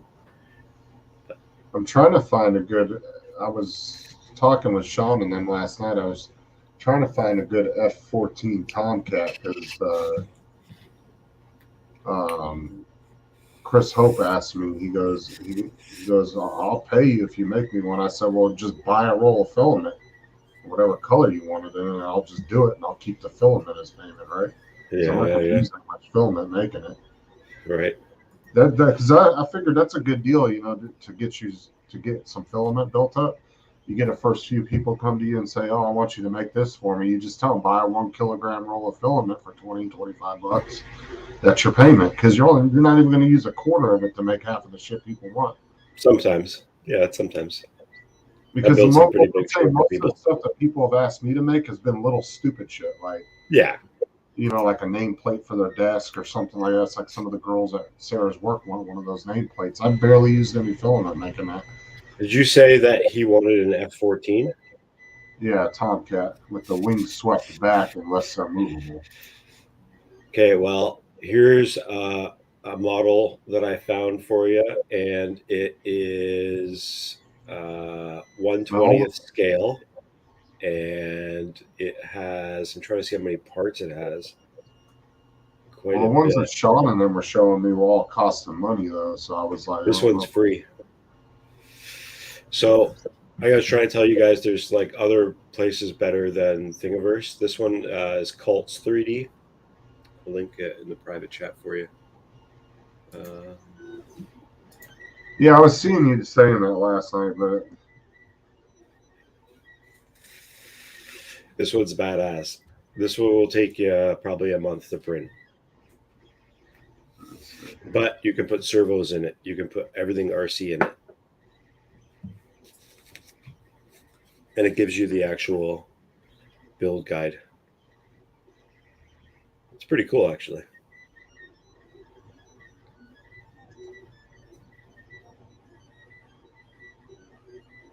The guy who designed this is 14 years old and designed and built a 3D printed Vulcan using Blender and Fusion 360. Wow, this kid's a genius. Oh, there we go. Let's see here.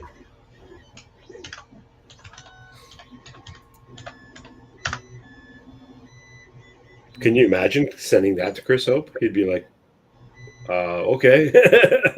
That's definitely going to be more than a kilogram of filament, by the way. Okay, so apparently I already have an account with them. Cults 3D?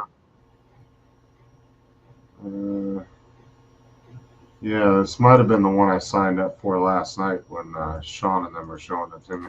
Oh, cool. Good. Yeah, they got a lot of great stuff. Like, a lot. It's pretty insane. Let's see here.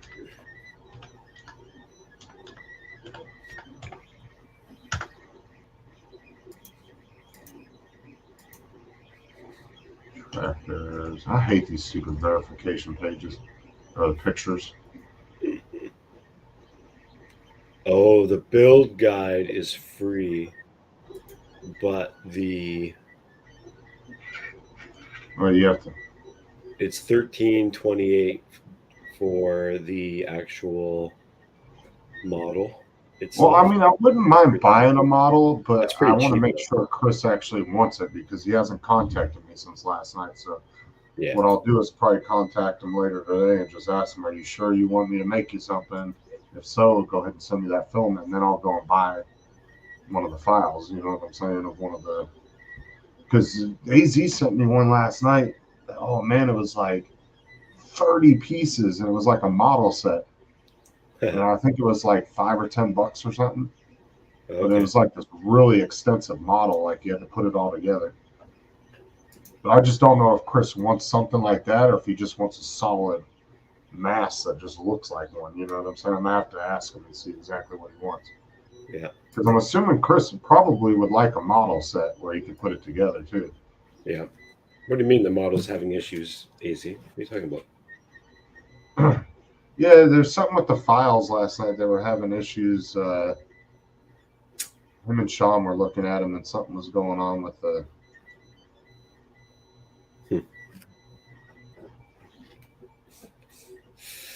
Like one of the files was coming up as like the whole plane instead of just a piece that it was labeled as.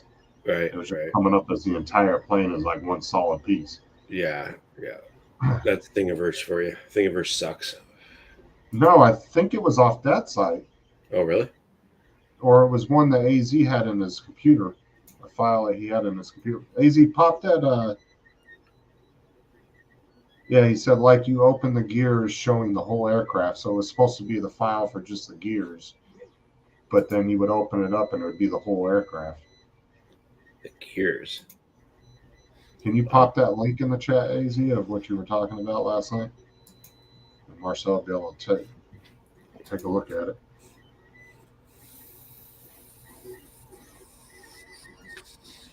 Yeah, I think it was the landing gears. It was supposed to be the landing gears.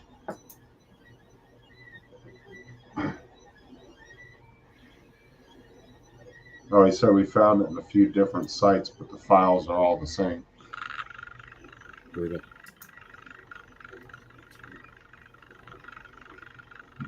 Well, like I said, I'm going to ask Chris and specify and see what he wants. Does he want like something he can put together and have fun with? Or does he just want a solid mass, just a solid looking F-14 Tomcat that you can put on a stand just once it as like a desk display, You have the file. Open it and show it to Marcel. Let me see. Hold on. Let me find it real quick.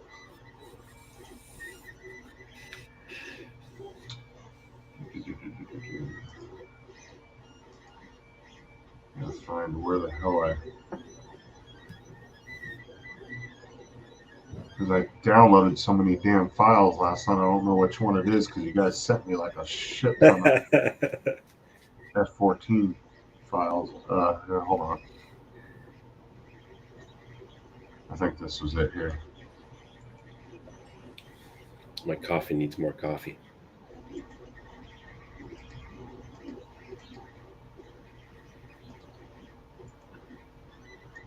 Name is a Grumman F-14 Tomcat. A Grumman. Why aren't you moving over?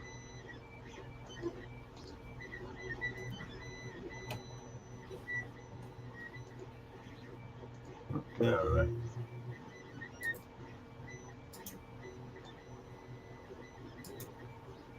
This doesn't want to go there. So. Over here.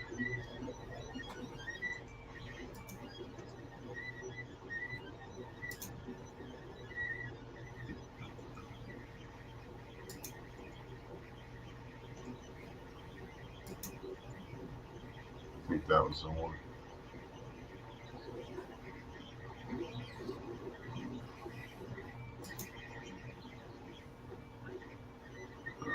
Wait for Kira to load up and I'll show it to you. Because they had, let's see, 8 files, and they were all marked. One was like wing, nose cone, mid, hatch. Yeah, here we go. Let me get rid of that. We'll share.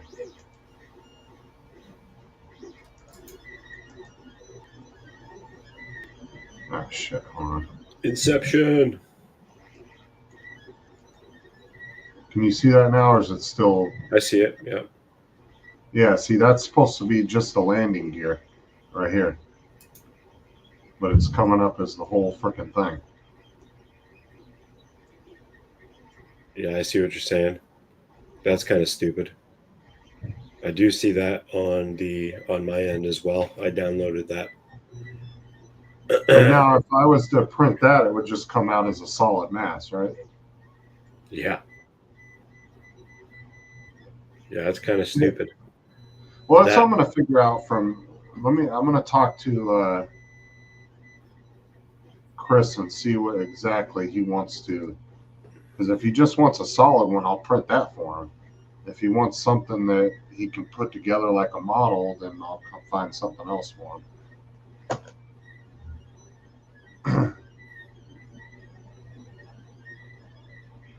Yeah, it's super silly of this guy. I can even see it in the thumbnails. You don't even have to open up the files. I see it as a thumbnail on my computer as well, and it shows the gear as a full plane. F-14 is the full plane except for the gears.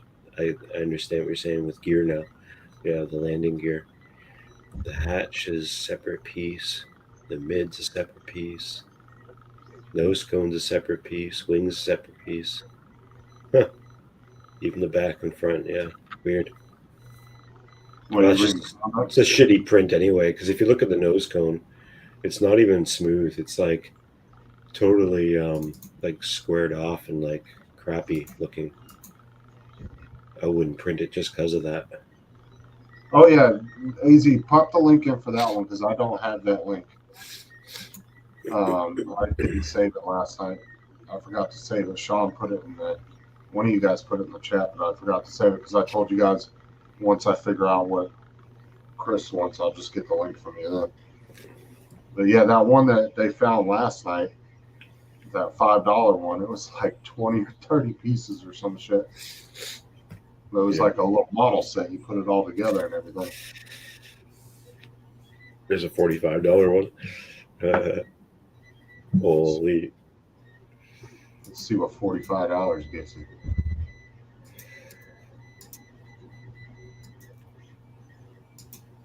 Probably like the detail, like everything is probably like right on the model itself. So when you print it, like even like the design is already on the model, kind of thing. Like the person in the cockpit, all that stuff. It looks like it. Looks like the hatch opens up and the people are sitting inside. I bet you the bombs are printable too, so the bombs clip on and off. Well, everybody was asking last night, they're like, why does Chris want an old F-14 Tomcat? I said, everybody's on a Top Gun thing right now. Yeah. That's what they flew in the first Top Gun.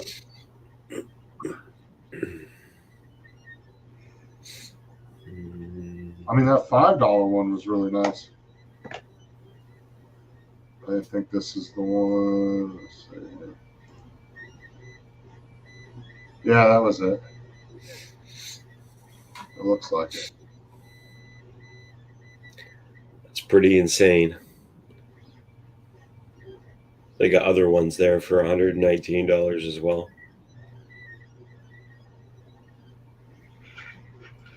You have to really fucking love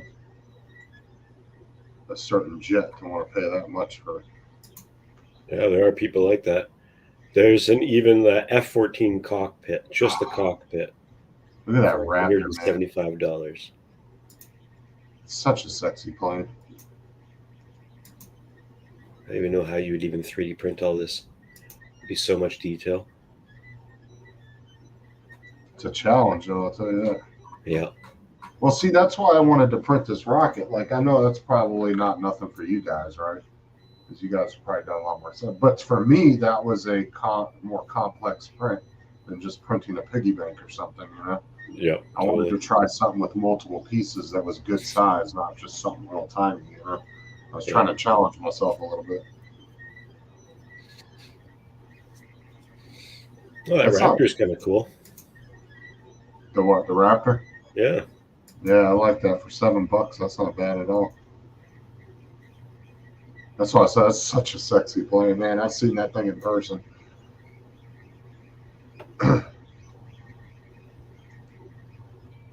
Yeah, AZ wants to buy the F-22 one.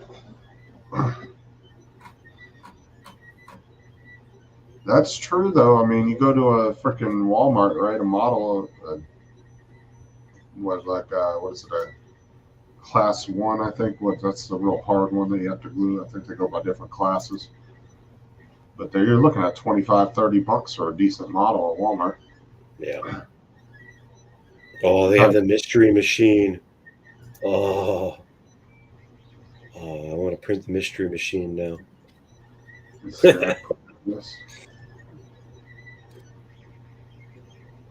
Wow, that's a lot of parts. Oh, yeah, I saw that. He printed the Wally. Yeah.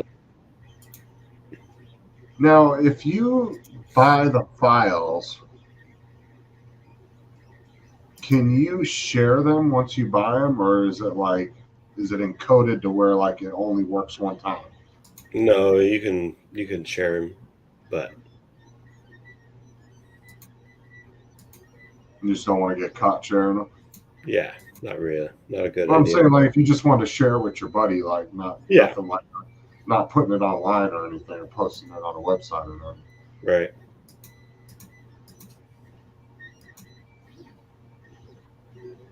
Hmm. Oh, wow. Fuck, this print is all like print in place and it all clips together, folds together. The Wally looks really cool too. Hmm.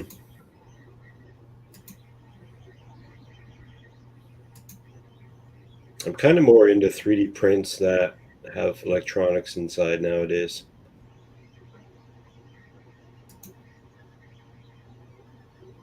That's like that helmet that Tim's printing. You can put I guess you can put the electronics inside, like the LED lights and stuff. He's doing the Iron Man helmet. Yeah, always cool. Nice. Yep. But you could have done that with the R2D2, right? Yeah, You did. I was gonna do it. I still have the electronics to do one. I might do another R2D2, probably like a 3/4 size. The one I built was a little bit too big for my apartment. Now, do they sell like a electronics kit especially for that, or do you just kind of piece it No, together? they have a build guide and you buy the parts yourself and you Uh, assemble it. Yeah. They're slowly a company. Um, I forget the name of it. They're like kind of like an astromech company that does do some parts for R2 units, but they're mm. like specific dome parts and stuff like that, but nothing that's great What's for you to up, print JD? parts. Yeah. What's up, JD? Did you make it home yet? AZ, the kiss ass is back in the chat for you.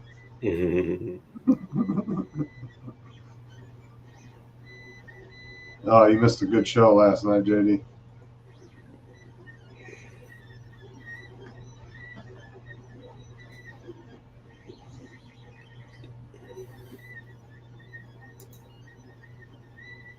Wow, this Fab 365 has a lot of crazy cool models.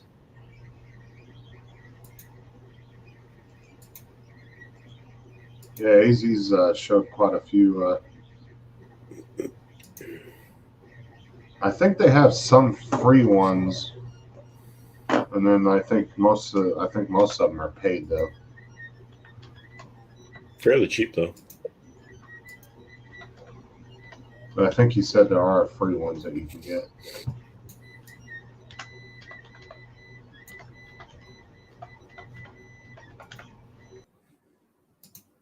Oh no, it's just me now.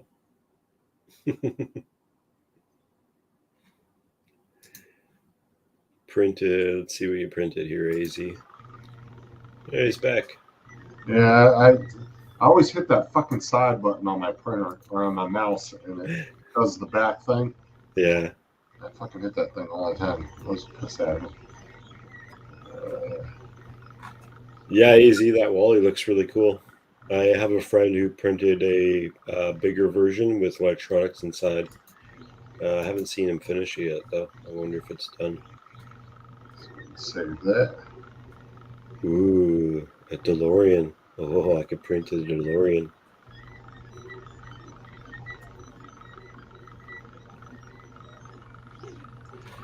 I got to one day not print, but one day I got to actually like paint my bender that I have printed over there.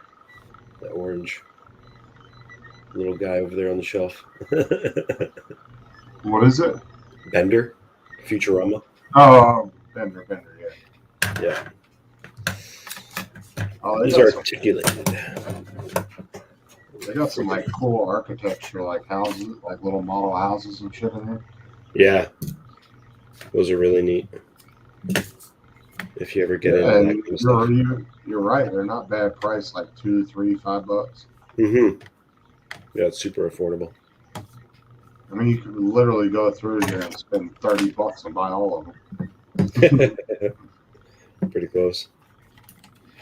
Let's see what they got for automobiles.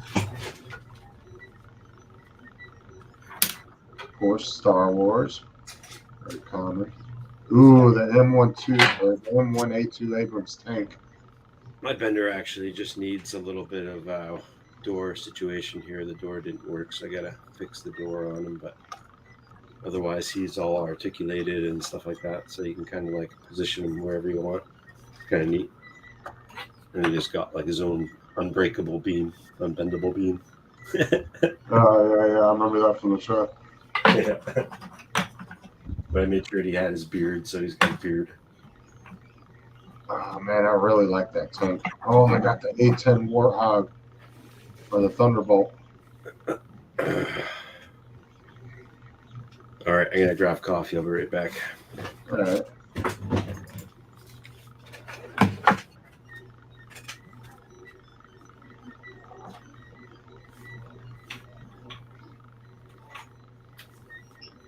I do like that Raptor.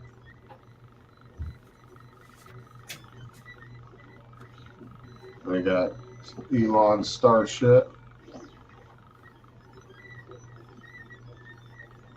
I'm about to come on here and buy some of these.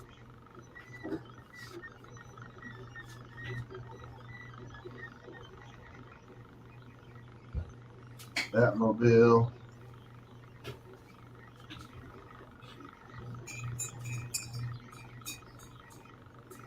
Ooh, the Falcon Heavy rocket. Oh, that'd be cool to do.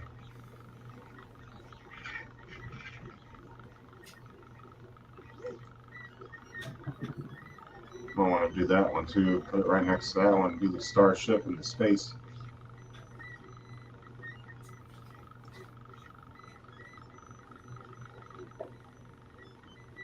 Ooh, the SpaceX Falcon 9 rocket. Space shuttle. It's not bad. $3.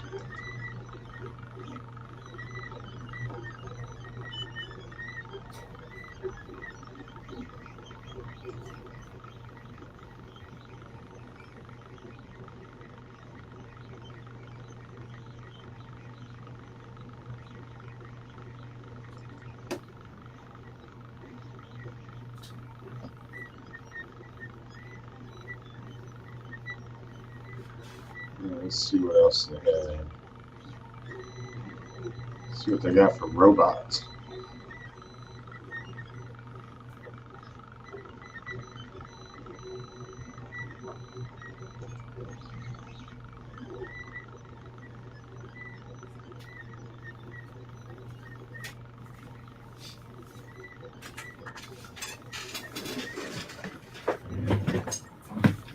I do like this site though, you know, it's not overly large, so you don't really get too lost or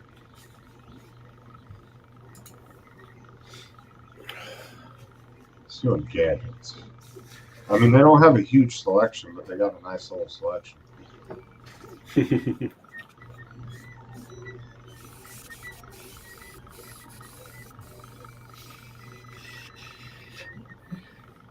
A lot of shit for like doll houses and stuff. Like if you want to make like a real intricate doll house.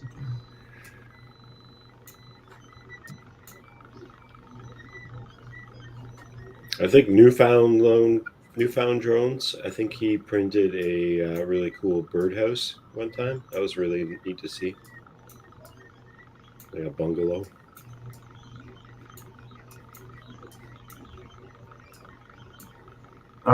I'm not buying anything yet, but I was looking at some of the rockets. I would like to do maybe another rocket to go next to that one. It'd be pretty cool. I like that Falcon 9 Heavy rocket. That was pretty cool looking.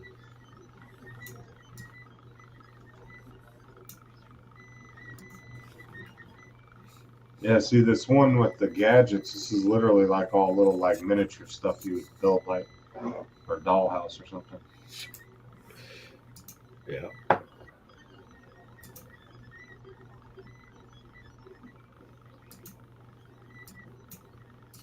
It's not bad. Cool little website. What is art? Let's check out what that's the last category I haven't looked at. These are like Roman statues.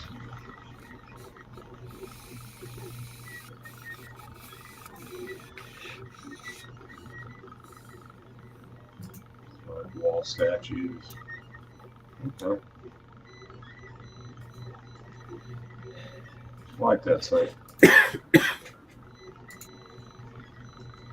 bookmark that. Let's see what it is he put in there. Let me see.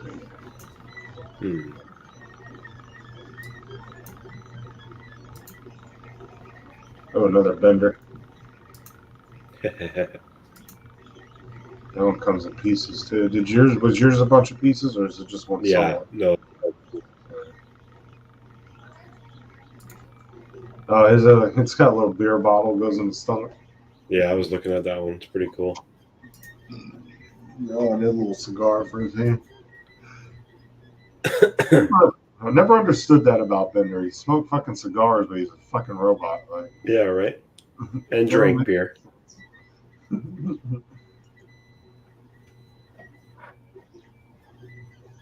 Yeah, I'm not a big fan of one-piece prints because then if one piece of it screws up, then the whole thing's kind of useless. Like, I get that. Like, if you're doing like a model, you can, if you screw up one piece, you can go back and reprint it. Yeah. You don't have to do the whole fucking thing over again. Mm-hmm. Well, that's what makes me nervous about doing these big ass prints like that. This one takes like, just the smoke takes like 2.5 days. Yeah.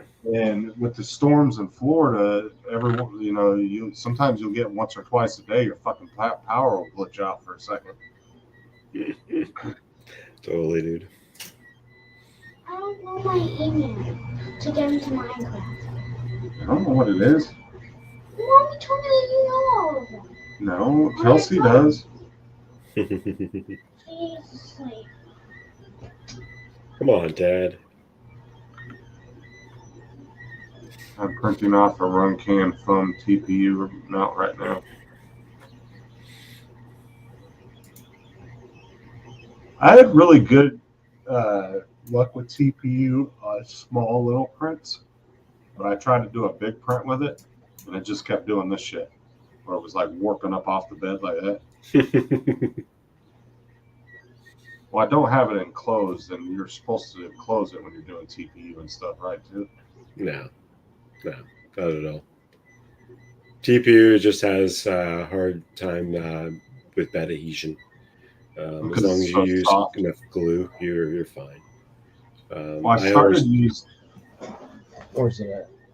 I started using this glue here, which works really good. It's the extra strength craft bond glue sticks instead of just the standard ones that kids use at school. Yeah, is that the purple glue stick? Is it purple? Is it purple? No. I would use the purple stuff. Yeah, I wouldn't use it. I would use the purple stuff. Well, the purple one I had issues with. Like, it didn't seem to want to work for me. And then when I started using this one was recommended by Shep on YouTube. Oh, really? Yeah, he said to use the because even though it says extra strength permanent bond, it still says on the back of it it's washable glue. Oh, okay. Yeah, if it's washable, yeah, it's good. And he said, and it does. I've noticed it seems to have a stronger. It sticks better. Cool. Okay. Like ever since I've been using that, I haven't had any issues with my prints not sticking. Perfect. There you go. Good. Like I like the glass bed too. Like Daisy and Tim gave me a little bit of shit about that, but I ended up liking it because the stuff does, like the PLA sticks to it like a motherfucker. But if you just heat the bed up and let it warm up, the scraper goes right under and pops it right off, and it's not hard to wash it off at all. No, not at all. I use a glass bed on all my printers. I've never had issues. I love glass bed. I like the look on the bottom with the glass bed. It looks really nice. I'm not big on the textured bottoms. Well, see, they're a big. There's like this big, almost like a lie with magnetic beds that I've noticed the way they advertise them. They're like, oh, you can just bend it and just break the mold right off there. But the thing is like the magnetic bed I bought, if you bend it, it's going to put a permanent crease in the fucking bed. Oh, really? Like it's not flexible like that. Where's it at? Matter of fact, I'll show you. What did I do with it? Yeah, you just got to slightly bend it. You don't want to bend it too much. Well, see, the problem I had was when before I got the new springs for the printer. Yeah. I just couldn't get the bed to level right, and it kind of fucked up the magnetic bed because the extruder kept like fucking scraping across it. The nozzle kept, yeah. It put like this fucking nasty dent in the middle of it. Yeah. And I've tried pushing it out from the back, and it just won't go back. No, yeah, that's pretty much screwed. The only thing you can do is print on different areas on that bed, and then kind of avoid that middle section. So the glass bed I ordered, it was like the magnetic bed was $10, the glass one was $20. But honestly, I like the glass bed since I have it. But I guess it's just everybody's personal preference. Yeah. Because it seems kind of split about the glass beds. Like you and Sean like them, but AZ and Tim prefer the magnetic ones. As long as it works.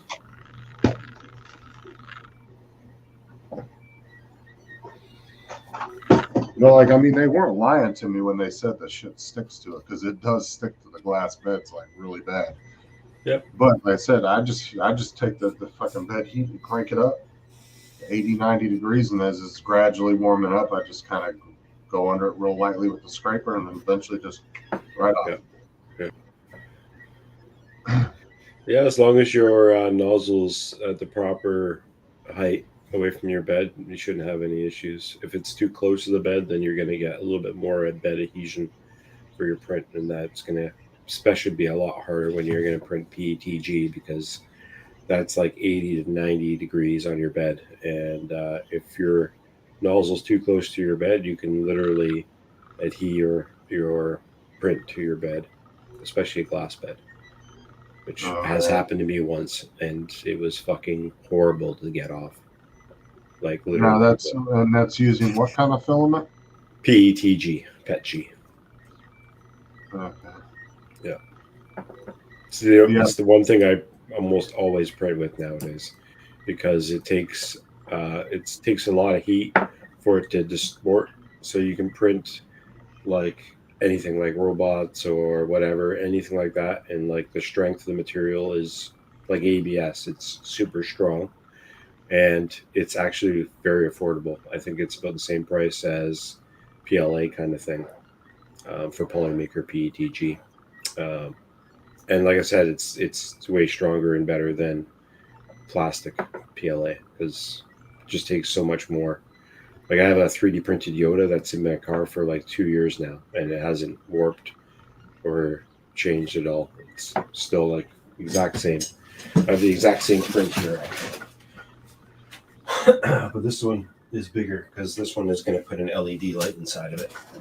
But it's the same thing. This is a transparent PETG Yoda bust. But yeah, I have the exact same thing in my car on my dashboard, and it hasn't melted or nothing. Ears are still just as clean. It almost has like a pearl look to it. Yeah, you can see through it. Yeah, it's because the exposure of the camera's like putting a light on it, so it's hard to see through it. Yeah, exactly. If I had a light, I could shine a light inside of it.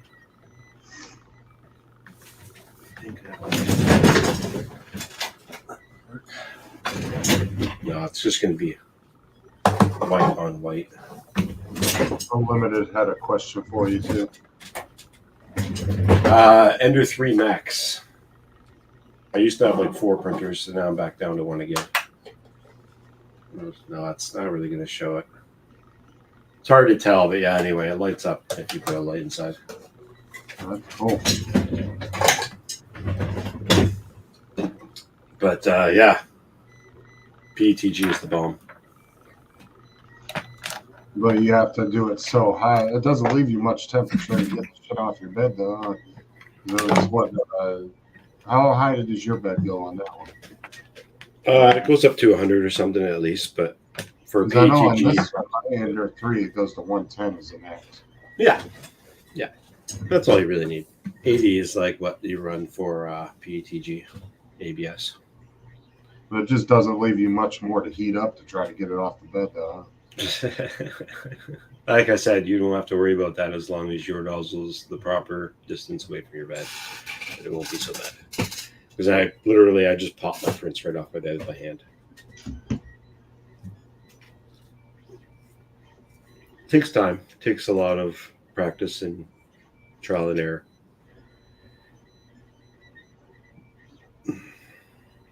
But I've had the CR10 Mini. I've had FlashForge Adventure that Tim bought me a while back.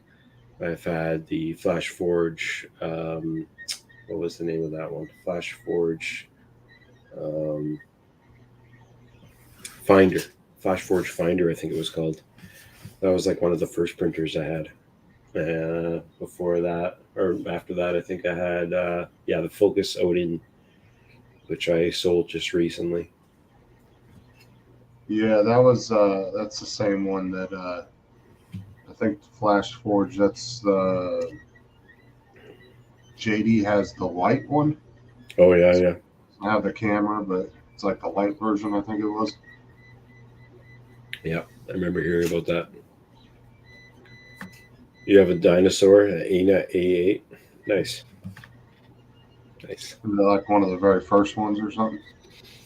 Yeah, it's pretty old. It's like 3 years old or something.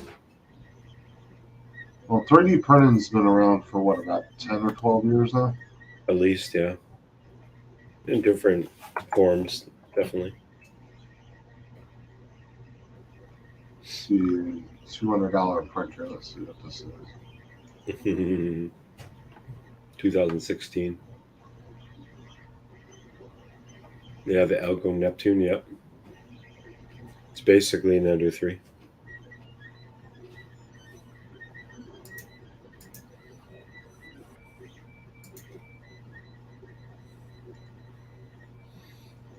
Fancy version. So using like an old school phone cable.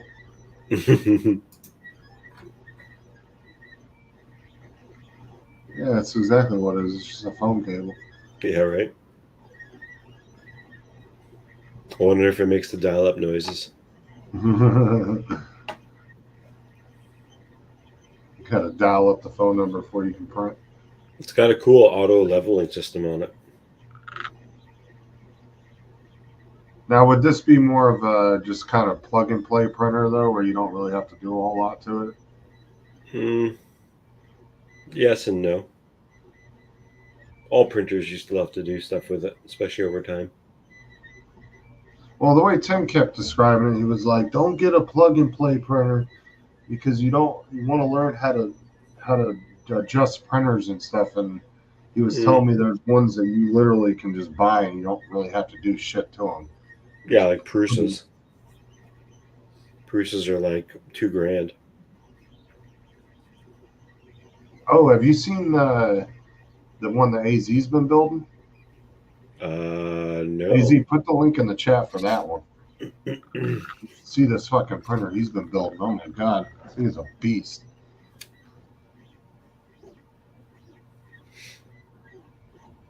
I don't know, that Algo is pretty dope, man. I would actually get that for $200.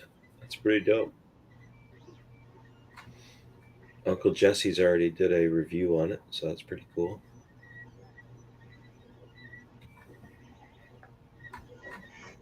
Yeah, they're getting printers are. There's a lot of good printers out there that aren't super expensive. They're affordable for most people. Mm-hmm. That one I got. I don't know if you know, but I got this one. Oh, the Voron. Do what? He's building the Voron. Yeah, it's a dope printer. Are you listening to Tim or us, Justin? What the hell? I was just telling you what Tim told me. No, do you have that picture, AZ, of the Voron? Or the Voron? Yeah, I already know what it looks like.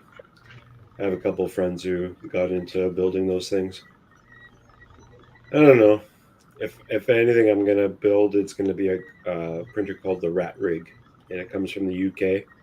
and it's kind of like the same design style as like an Ender 5, where it's kind of like the cube shape type build, but it's a Core XY, so the head stays at the high position and the bed moves like the Ender 5. All right. But it's way bigger and parts are more quality. You can't buy it like as like a finished product. You have to build it yourself.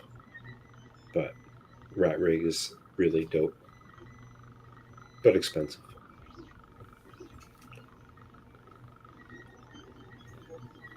Was it like a super complex like build or something? Like, Not super complex. It's just like the parts are quality. See if I can I find like the it. thing for you. I was going to buy a Rat Rig, but it was very expensive, and they always are out of it. Yeah. It must be a popular one. Then.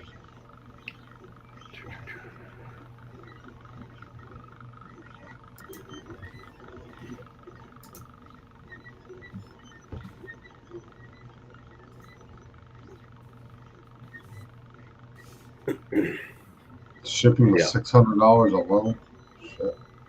Yeah, there you go. Rat Rig complete kit. They have other ones like the Minion and stuff. They're smaller, but yeah, the V cores is the one I was talking about. It's a configurable kit. You can put in whatever you want, basically. But Not yeah, gonna lie, that is a cool looking fucking printer. Though.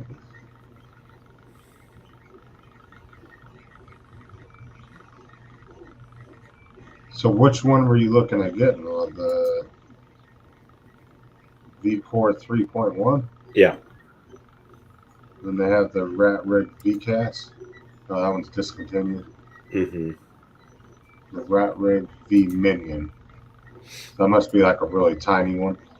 Yeah, basically like an Ender 2, Ender 3 type. Yeah, because the price of that one is way lower than what that V-Core costs. So I think it's so it was like $1,000 there. That's what that's a pound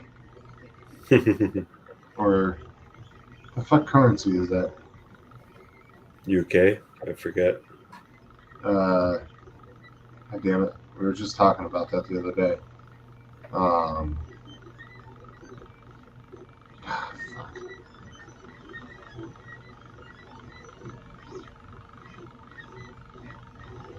God damn, that thing would be like 3-4 grand in Australia. Jesus. Yeah, probably. Like, because you guys think your shit's expensive up there, it's 10 times worse over in Australia. Yep. You know, you guys are like maybe a 25-30% markup from where we're at. Australia's like 60-70%. If something's $1,000 here, they're going to easily pay $2,500 for it there. Pretty close, yeah. Where you guys, if we're paying $1,000, you guys will pay about $1,400. I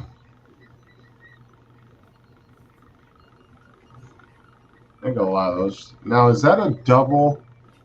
One of those double-headed ones? Dual extruder? No. It's a single extruder.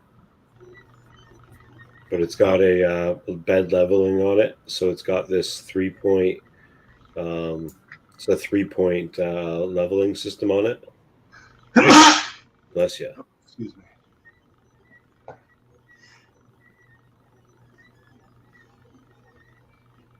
Have you ever tried one of those double extruders? I have not. AZ and them were talking about those the other day. They said they were super complicated to use. Once you get it working, it's pretty easy. I've had friends have them, but I've never owned one. I already pre-ordered 5 color Prusa XL. Wow. Jeez. And wasn't that the one that holds like 6 or 8 filament? This is five color. Yeah, Yeah. He was showing us one the other day. I think it had 8.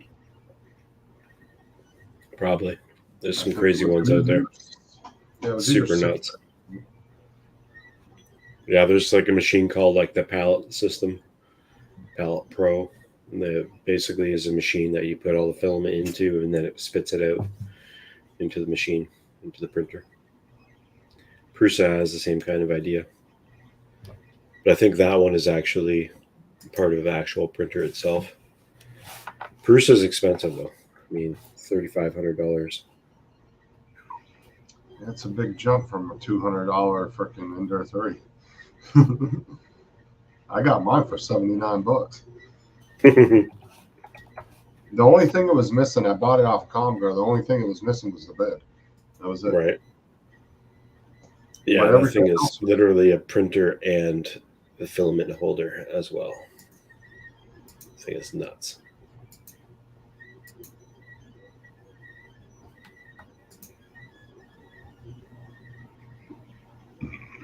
I have a Palette 3 still in the box, he said.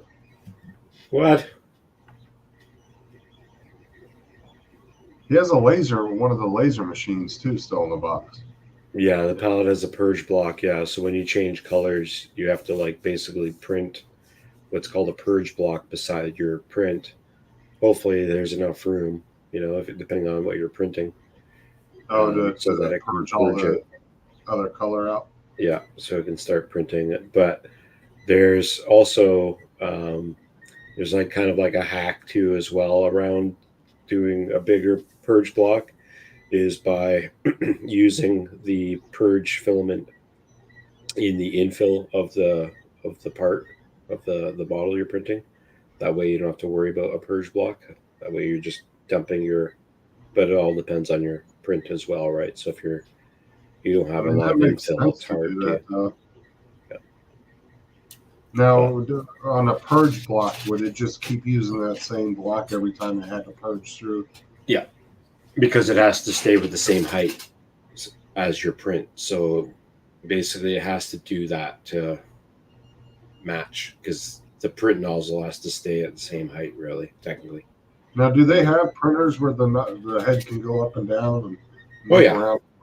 Oh, yeah. Yeah. But it's a lot more coding and stuff, and things can happen where you can hit other things. So they try to eliminate that. Oh, Reaction Entertainment. What's up? Twan, what's up? She's the whole reason I got Matt that fucking button. He does that shit now. Did you ever see the video of him chasing his mom around his house with it? No. That shit was hilarious. He was Crazy. chasing his mom around the house with the button. He's like, "Mom, get the hell out of my way." He goes, "I gotta go to bed." And he's just fucking hitting it, chasing her, and she's running from him to the house. It was hilarious. What? That's funny. I want to see if I can find that. Hold on, that shit was funny as hell. Mm. It's in his messenger somewhere. Let's see.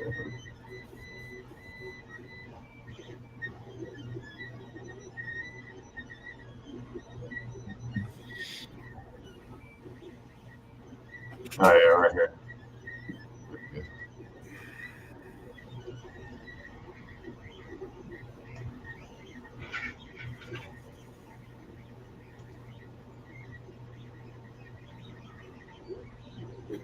Mm. There we go. Oh gosh, Can you see that, or is it like Yeah, a fucking? I see it. I see it. Come on, Mum, move it. Move it. Come on, hurry up. I'm trying to go to bed, damn it. Jesus. His mom is. She's got such a good personality, though. That's funny. I thought it was going to be a longer video. Yeah, it was pretty funny though. He's chasing his mom to the house, but his mom has got such a good sense of humor. It's good. Yeah, you got it when your son is him. Yeah, exactly. He tries to play it off when him and his mom are sitting there and he's talking to you, he'll try to play it off. Oh, they're such bad influences on me, Mom. Mhm. I'm a good boy. Like I Totally. told him one day, I said, let me have 5 minutes alone with your mom and leave the phone sitting there. He said, you ain't talking to my fucking mom. So she'll want to hear the truth. But you know what the bad thing is his mom watches every one of his shows. Probably. You see how raunchy Matt's shows have gotten. Yeah. So you know she's a good sport. Yeah. All right. Well, my phone's almost charged, and I'm going to get out of here and go fly. I got a cool spot that I have to bike about 2 kilometers in to go fly today. So. All right. That was Matt Northeast, the one's channel that you were at last night. Yeah. The guy from Australia. Have a good day, everybody. I'll see you guys next time. All right. Later, Marcel. Appreciate you coming in. Peace out. All right, guys. I'm going to end it because I have to go out and mow my lawn. So I appreciate everybody popping in. Yeah. Yeah, his mom's a good sport, though. Him and his mom actually practiced that a couple times. She was laughing really hard. But you guys all have a great day, and we'll see you guys again next Saturday. Sorry. And I appreciate everybody for popping in and hanging out with me for a little while. Don't forget to give a thumbs up, and we'll see you guys later. Let's see.